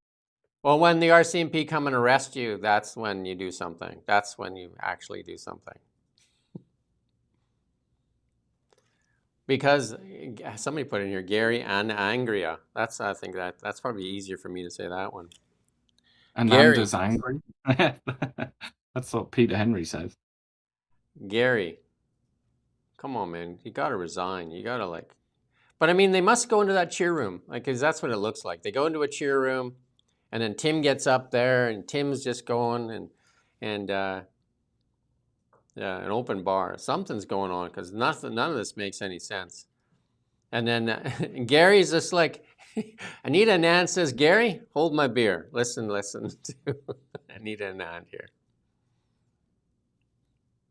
The department at IRCC have a rigorous process for vetting all applicants who are applying for a visa.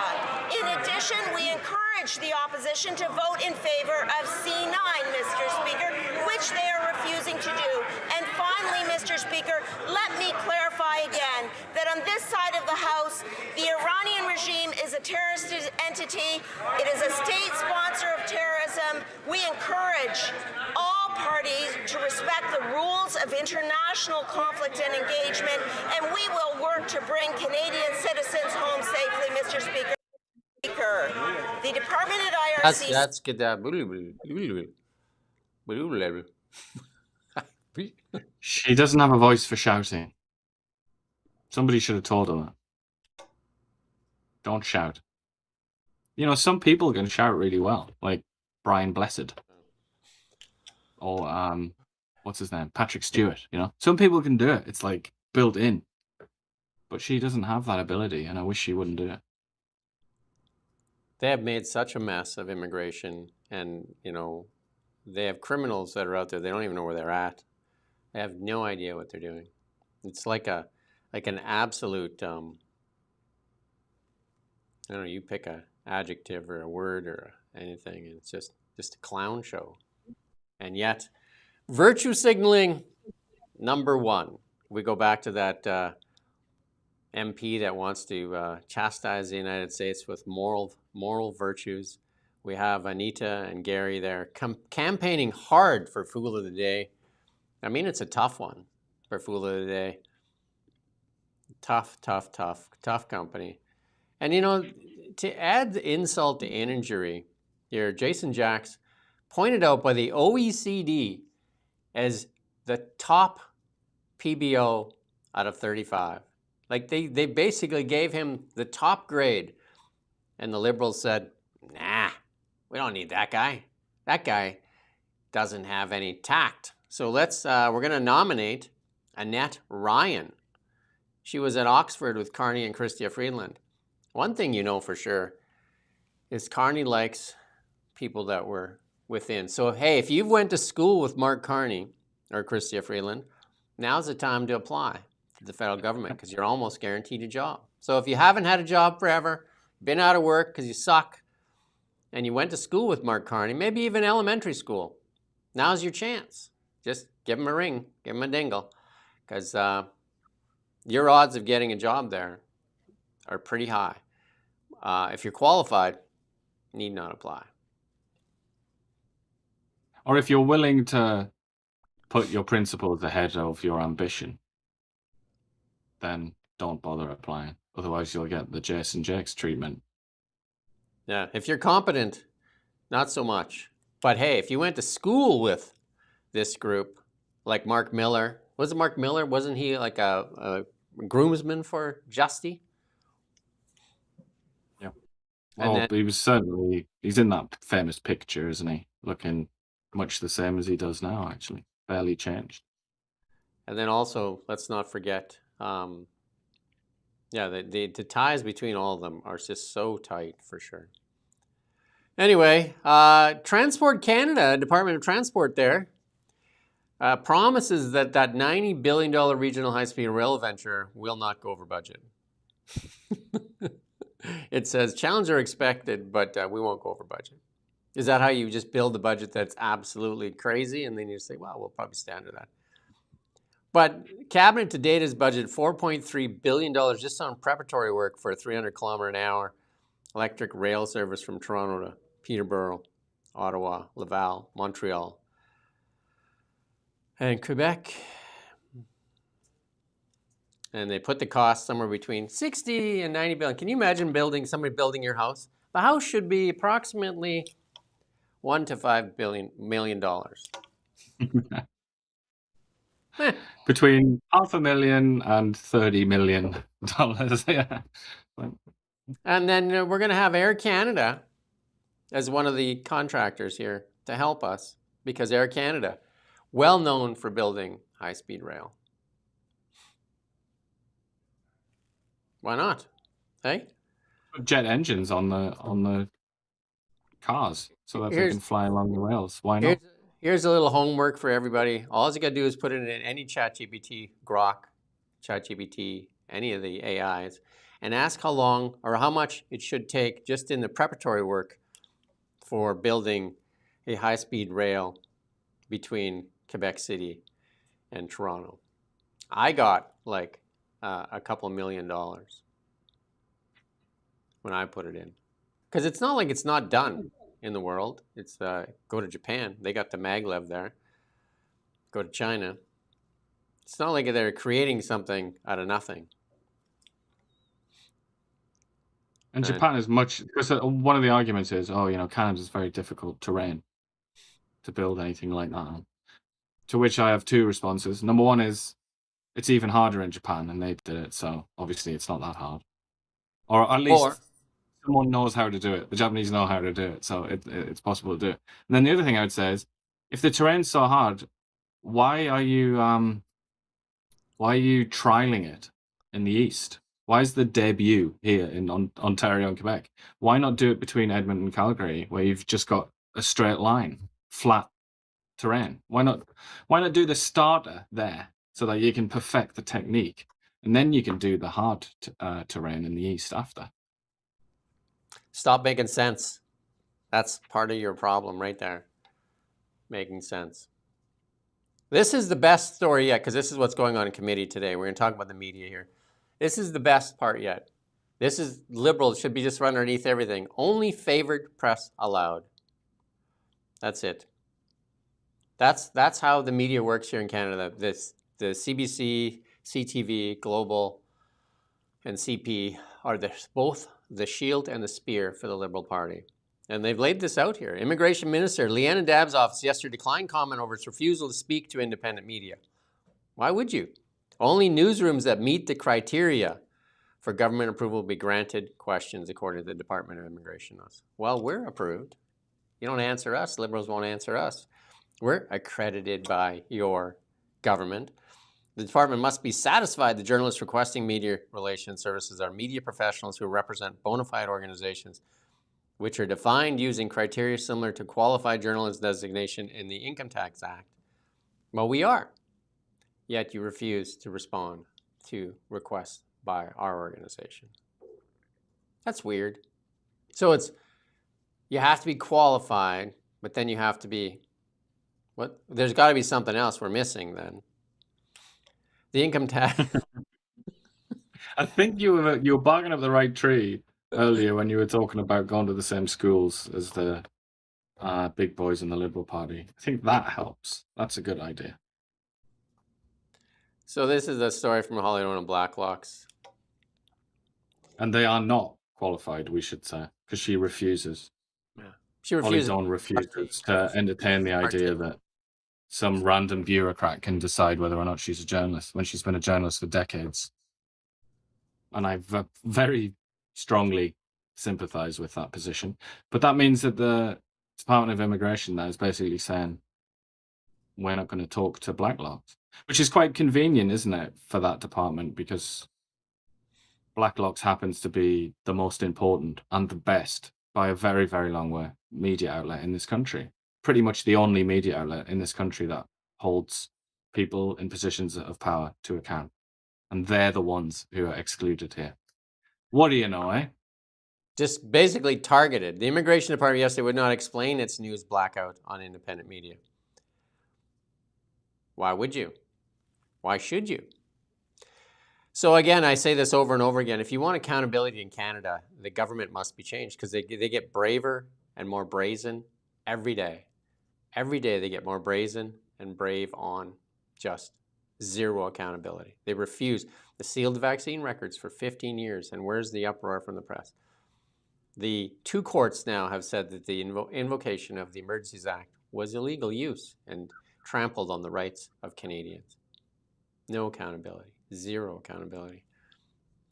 But large L, hardcore liberal, cabinet initially rejected direct subsidies of news media as counterproductive. Our approach would not be to bail out industry models that are no longer viable. And that's from Melanie Jolie when she was the heritage minister in 2017. Rather, we will focus on supporting innovation, experimentation, and transition to digital. So she's made a mess wherever she's gone as well. Like she was heritage minister before, and then she was foreign minister, and now she's industry minister.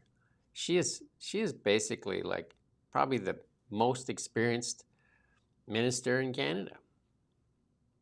Other than She wanted to be finance minister as well. That was her ambition.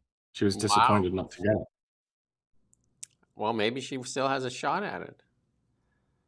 Looks like it. If Doug Ford has anything to say about it, if Doug Ford becomes prime minister, then you have to realize that the government pays like $1.6 billion to CBC, pay all the salaries of the CBC employees, the executive and everything, and then pays almost $30,000 per newsroom employee.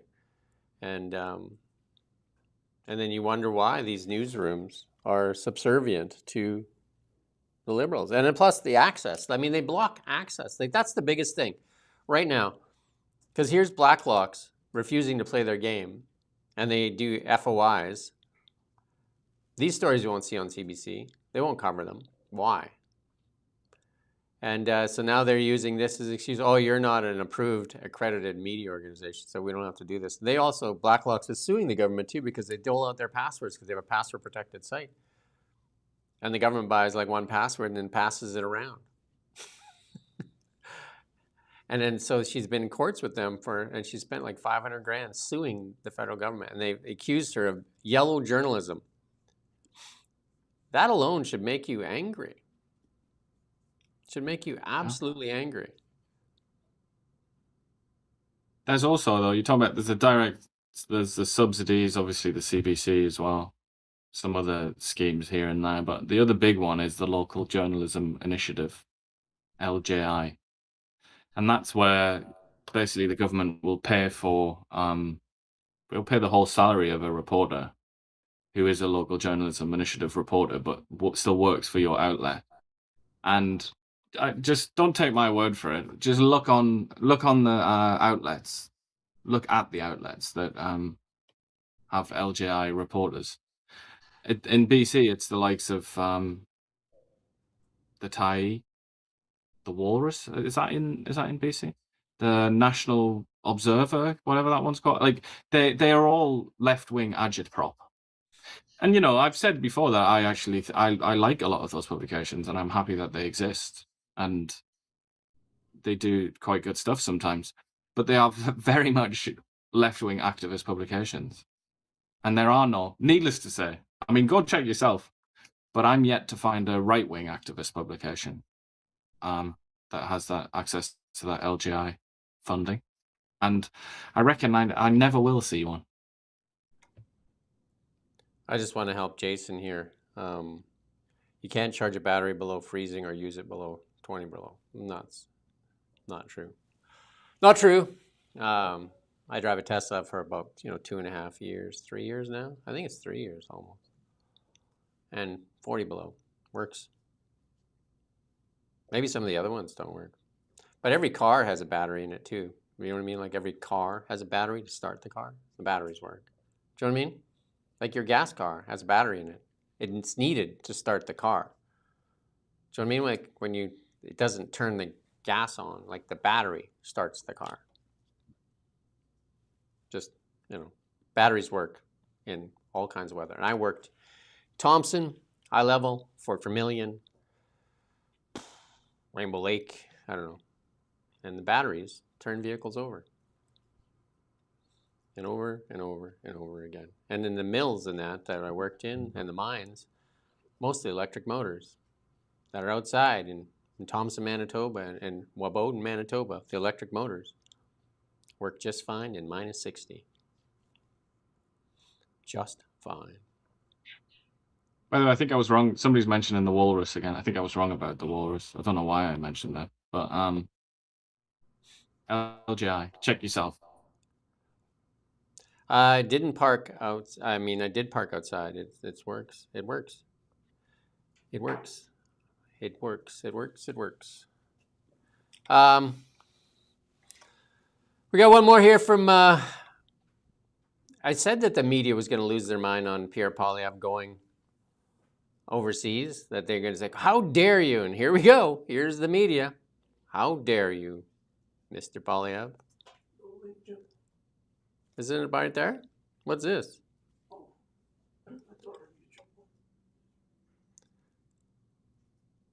We're going to get that 1.6 billion yet. I believe you previously said that you believe in an approach of having one prime minister at a time, I believe in the context of why you didn't go to Washington. Can you then clarify why exactly you went to Europe? Well, I didn't go as prime minister. I went there to promote our agenda of selling Canadian energy and integrating our trade with like-minded allies, which is totally legitimate thing to do. We need to expand our list of markets. For example, in the United Kingdom, they want to be able to trade more freely with us, but there are still a lot of bureaucratic non-tariff obstacles that I propose that we eliminate by signing on to an alliance of CANZUK nations, New Zealand, Australia, the UK, and Canada. In Germany, I pushed for selling Canadian natural gas to the Germans. These are the objectives of the Canadian government. So I'm sure that the Prime Minister was very happy to see me doing that work. Not on this particular trip, but I've discussed with him in the past the need for us all to work together to promote, to diversify our markets, to make us stronger at home and unbreakable abroad. And I did so in a very nonpartisan and positive way, and was very well received, by the way. How dare you? How dare you leave the country? Naughty, Pierre. I mean, I just want to say that for anyone that isn't aware of this, I'm sure most people are, but it's perfectly normal for the leader of the opposition to go overseas and meet with political figures overseas. Happens in every democracy.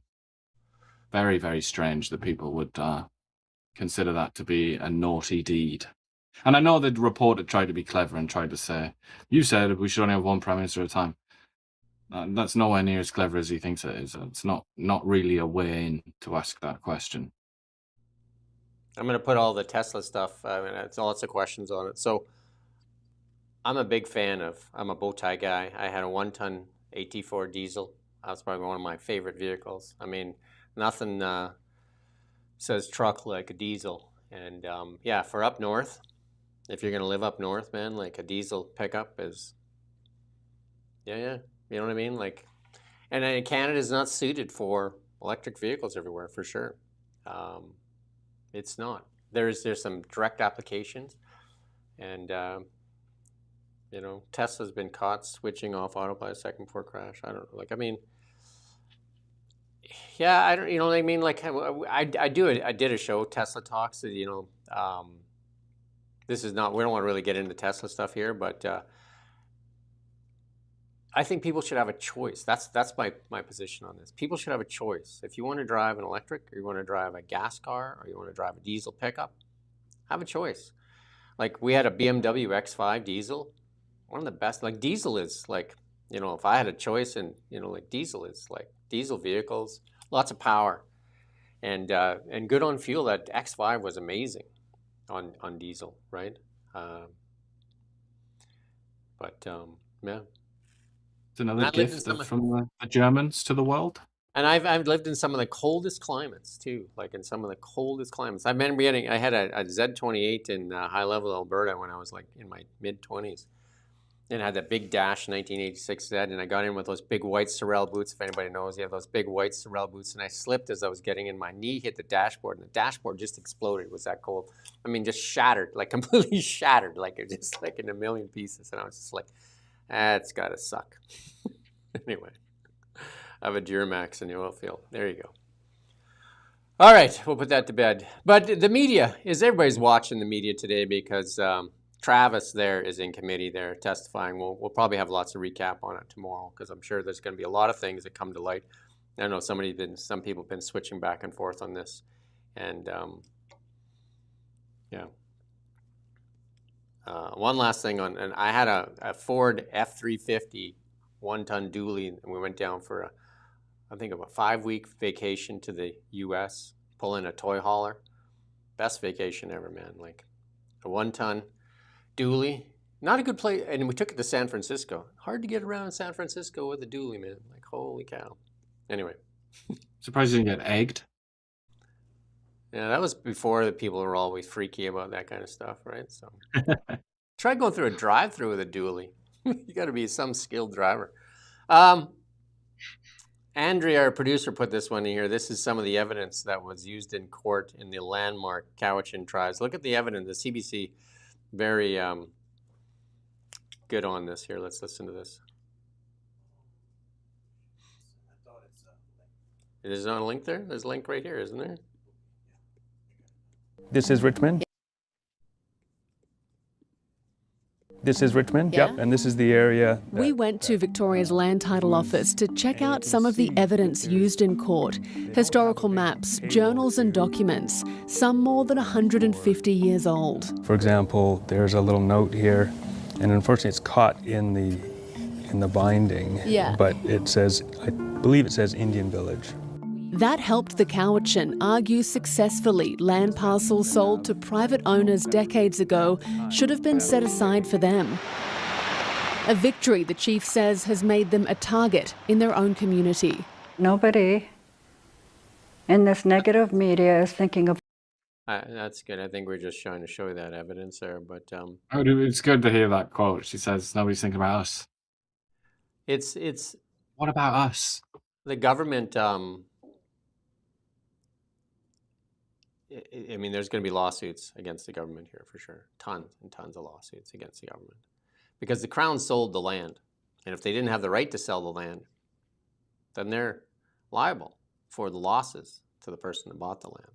I mean, this is going to turn into a mess for Canada, an absolute mess.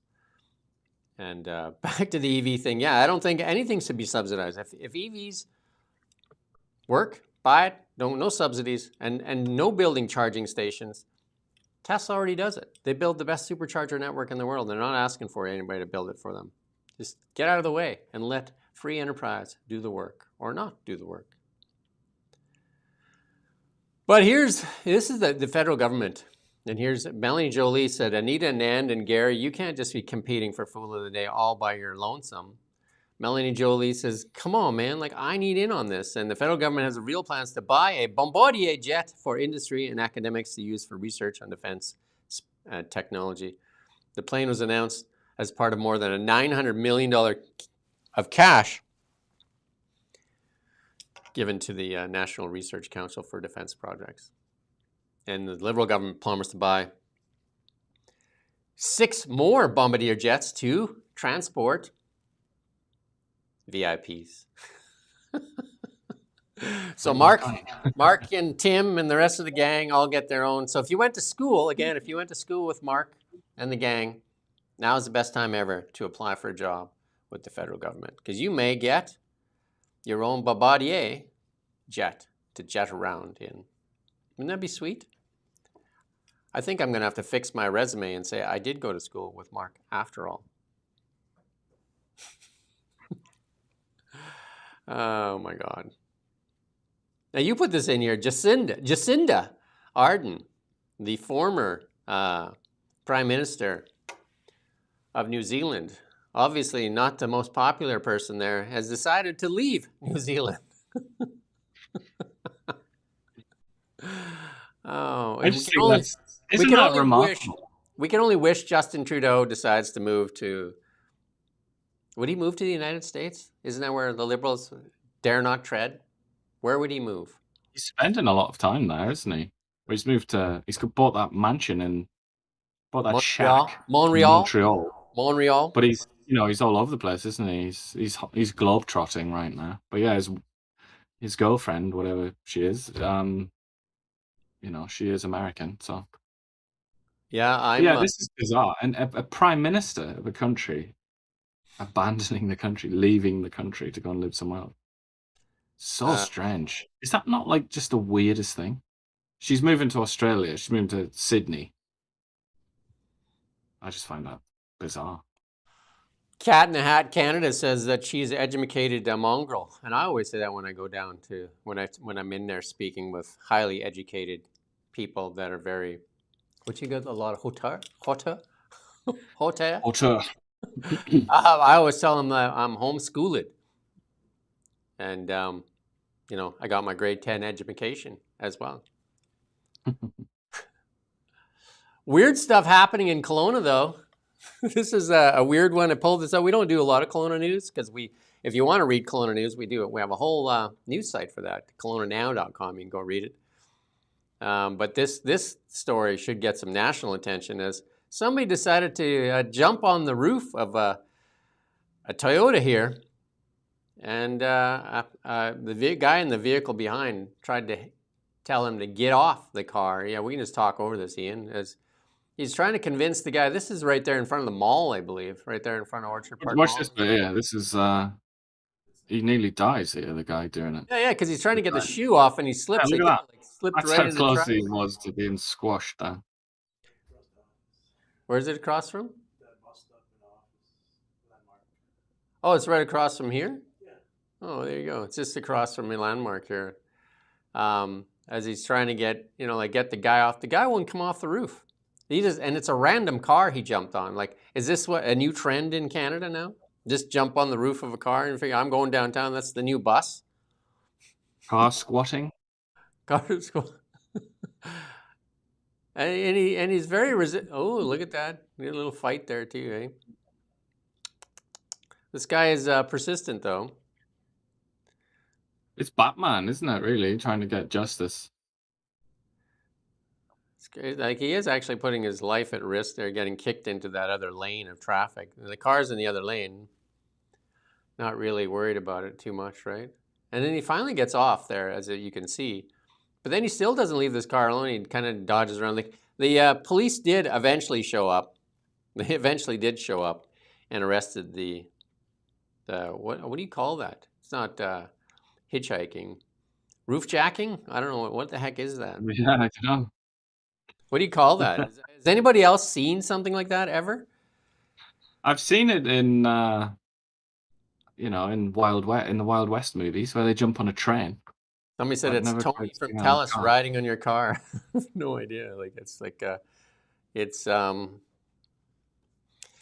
the stuff we talked about today about energy and like the past 11 years in Canada has been nothing but suppression of our natural wealth. And that's why we find ourselves, it's almost every indicator, Canada in dire straits, likely heading into a recession here. And yet, according to the pollsters, Liberals riding high, like just basically killing it. Look at the according to this poll here from Liaison Strategies. I mean, a lot of them get their money from the Liberals, but this is a massive lead. Well, it's just every major poll. It's not like these are anomalies. Yeah, that's what I'm saying. So if polling means anything at all, if it's in any way of any value, the Liberals are ahead by a huge amount. And then CTV and CBC and Global and CP, I mean, they carry the water for sure. Not only do they carry the water, they pump the water, they carry the water, they dab the napkin over the face of the Liberals after, and they lay out They collect the dirty water. They collect the dirty water, and then they pour it on the heads of the Conservatives after. That's what they do. They got the piss bucket boy, like off a Monty Python skit. They collect all the pee and then dump it on the Conservatives when they're done. But let's listen in here. Well, I mean, every pollster is going to have their own numbers, but what it says to me in terms of our data at the Angus Reid Institute, this is the biggest gap between the Liberals and the Conservatives, with the Liberals ahead, that I have seen in years. It's been a long time since our own tracking has shown a 13-point lead for the Liberals. It also coincides with a high watermark for Prime Minister Mark Carney's approval. He's now at 65% approval, highest we've ever seen him at, highest he's ever been in terms of our tracking. That's good. So there you go. That's the one area in which he really is Gandalf. Yeah. And we're all hobbits. But, I mean, when it comes to actually getting things right, when it comes to, you know, orchestrating the transport of the ring to Mount Doom, I'm not so sure he's Gandalf then. But polling, elections potentially, maybe. Who knows if he's going to call an election this year? But it's a big temptation, isn't it? Looking at these polls, they must be thinking, like, should we pull the trigger? Like you get distracted by people in their northern escapades. Yeah, you know, I remember some people doing all kinds of things. I had like a block heater, a battery heater, and a car inside the car heater. And then also I remember like on some of the, when I was working on seismic, we used to light fires underneath the caterpillars, you know, to make sure they weren't covered in oil so they keep the oil pan warm. This guy's saying you drain the oil, take it inside and pour it back in. Yeah, because lots of times if you don't get a vehicle started in 40 and 50 below, you got to take it into a shop and let it warm up before you ever start that, unless you want to wait for spring thaw. But yeah, it's crazy. Diggsy here, our comrade Diggsy, is asking about the polls. How is this possible? We don't know the answer. I don't know what everyone else is looking at in this country. I'd be interested to know where you live, Diggsy, my lad, because where I live, in Ottawa, can we go to that? Ottawa. It's no surprise whatsoever. Not even, I'm not like, I don't doubt it one bit. I don't doubt those polls. So I don't know, it kind of depends where you live, really. If you live in a very sort of conservative part of the country, then yeah, you might be baffled by it, but just random interactions with people. Carney is, he is Gandalf to the hobbits of Ottawa, at least, and in other parts of Ontario. Diggsy's in Kelowna right now. Right. Well, even Kelowna, I mean, Stephen Fewer, I would imagine Stephen Fewer, he only just won that seat. I reckon he would win it pretty comfortably now, wouldn't he?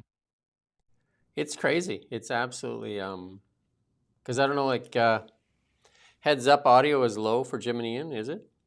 No. For the link before Jim. Oh, okay. Okay. BC claims that the BC College of Nurses and Midwives have approved 1,000 American nurses to work in the province between April 2025 and January 2026. Comes after that big high-profile campaign where they were giving away coffee in front of hospitals there in the United States, and that to entice healthcare professionals to move from the U.S. to BC. But they got a lot of applications, but they don't know how many actually moved here. Why wouldn't you know that one? We stop tracking them after we give them registration. But ultimately, it was a drop in the bucket. Do you know what I mean? Like, again, good PR. Remember when they stood there? First when the NDP stood up at the podium, they said, we've had 456, I think it was actually that number, 456 applications. I mean, that doesn't mean anything, right? So many people, you could have filled out the form. A bot could have filled out the form. But they are good at this, aren't they? We have to say they're good at politicking. They're good at playing these games. Yeah. Because BC's health system, by most measures, is failing. It is a failure. And it's costing people their lives and their health. The NDP were under pressure about that. Donald Trump popped up like a little jack in the box, didn't he? And then Eby, Josie Osborne, and the rest of them started to talk about, all right, we're going to attract the American nurses that hate Trump. We're going to attract them here to BC. And how many press conferences did they do about it? This is like a pretty trivial number of hires, as the union says. It's a drop in the bucket. But they've devoted so much energy to it to get like attention to it. And it's kind of worked, hasn't it? Because it's like, it's a bit of a Trump story. So they've managed to distract from overseeing a failing or failed health system. And instead it's like, look, we got the Americans. We got them out of Trump world. Look how great we are. They want to come here because we're good people and the Americans are bad people. And then it's the same thing, as people have probably noticed, with Tumbler Ridge, where that's all to do with the Americans. That was all OpenAI, apparently. Nothing to do with all the failures of the police, health services, schools even. Not the failures of all this stuff that the BC NDP controls. Now, that's irrelevant. What matters is that the murderer in that case used an American app. Yeah. And that's all anyone's talking about. You know, like, they are quite good at that, to be fair. But then again, that only works if you have a willing audience, I suppose. And for whatever reason, in British Columbia, there is about 50% at least of the population are willing to lap that up. But in the BC polls right now, looks like the NDP is falling into the basement here. Renee Merrifield and I aren't going to do Be on the Ballot. She's traveling today, so I found out yesterday we're not going to do Be on the Ballot today at noon. So she's traveling, and I lost power in my my CENTCOM here, Central Command. That's okay. I don't need it. We're almost done. I'm good. Maybe I would say as well, just still need it though. whereas the Carney ones, they're not anomalies when we talk about those polls. This one, Innovative Research Group, is an anomaly. Yeah. Most polls actually believe it or not, put the BC NDP ahead. But then you have to remember the BC Conservatives don't have a leader, so that's not necessarily. Renee Merrifield and I are going to interview all the leadership candidates. I think we have them scheduled out here. I think Renee's looking after that. She was a former MLA. So we're going to try and interview each one of them to give you guys an idea of who could potentially be the leader of the Conservative Party and maybe conceivably the next Premier of British Columbia. I imagine somebody's saying that there's one of the leaders is here, leader candidates is here in Kelowna tonight. And somebody was saying that in the comments here. But I lost the command center here. Our budget is pretty slim, so we're working on a tight budget. How's that? Yeah. And we leave you with something nicer, though. Look at this picture here. This next picture. Can you put that full screen for a second? Is that possible? Is that possible? Is there a way to configure it? Is there a way? Is there a way? Give you a minute. We have the technology. We can do it. We can make that picture bigger. If anybody wants to contribute to the CENTCOM here so we can make that bigger. Look, it's getting bigger. We'll do it the old-fashioned way. Stretch it. Does anybody know what that is? Anybody want to take a whack at it? Anybody? Is it... Enhance. I thought that old show. Enhance. Enhance. Enhance. Enhance. Anybody? Anybody want to take a yes? Anybody? Ian? With your, I'm going to guess. Couple sausage rolls. There's a couple sausage rolls. It's either something to do with energy or it's Boca Chica. I don't know which one of those two. Oh, look at you. Yeah, that boy. Starbase, yeah? Pretty much Boca Chica. Well, it's kind of energy related as well, I guess. But yeah. So that because it looks exactly like that, doesn't it? It's all these little tiny little islands in marshes and things, isn't it? Very strange place, that. That's Jimmy's dream home.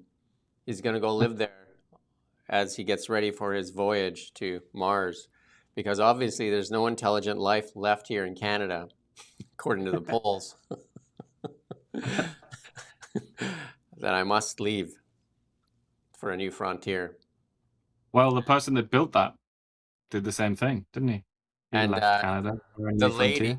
The lady that is saying she can't sell stuff to the United States is not allowed to come to Mars because she can't ruin Mars as well. You stay here and virtue signal and make sure you have a lot of hauteur. Hauteur. Look at the traffic moving nicely. That's our live shot of Kelowna here as... where that guy was on the roof, isn't it? Basically, just about right about there. He was roof riding. Roof riding? Roof surfing. Roof surfing, I don't know what you call it. But anyway, anybody else had enough? They want to go to Mars, and so it's called Starbase, actually. Starbase is a town they actually created there, basically Boca Chica around there. And it's where the maiden mission to Mars will be. They're gonna do the moon base first. That's like great.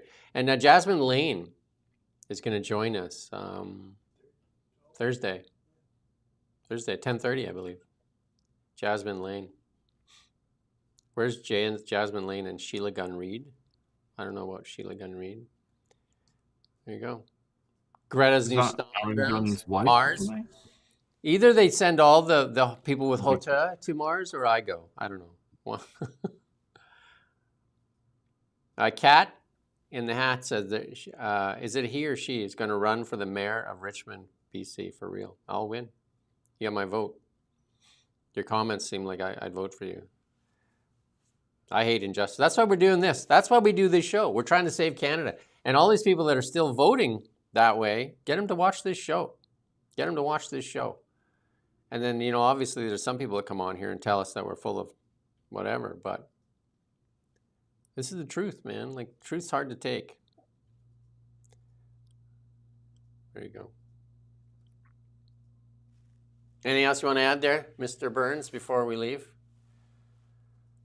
Well, I concur with you. The truth is hard. It's hard to take. It's hard to face, isn't it? It's one of the reasons that I admire George Orwell so much, because that was his great superpower, and he even recognized that about himself. He said that he has a certain power, a certain facility for facing hard truths, and sort of, even if it's painful to look at, he had an ability to do that and present it.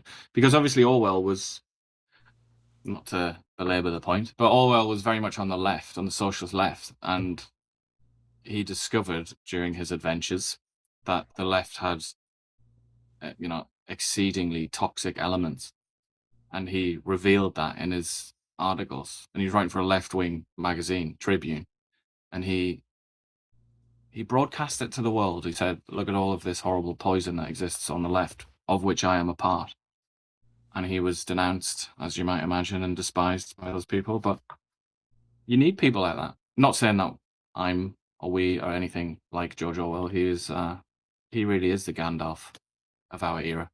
But you do need people like that. You need people to face the truth, face the facts, and spread that truth. Yeah, I mean, there's two truth things. There are two famous quotes that I know about truth. One is, the truth shall set you free. I believe in that one. Famous guy said that, I think. Famous dude. And then there was the other one, you can't handle the truth. I think the first one is probably more famous. But anyway, if you could spread their cat in the hat, so he's got his liberal wife watching this. So yeah, if you could share this out to as many people as possible and help us spread the truth. Independent media is literally going to save Canada, because the government corrupted and crippled media have lost their way. They have failed Canada. And you're going to see that in committee likely today with Travis there. They have failed Canadians, and they take $1.6 billion.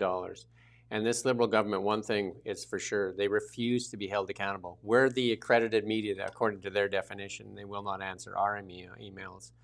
So they just keep coming up more and more excuses of why they refuse to be held accountable.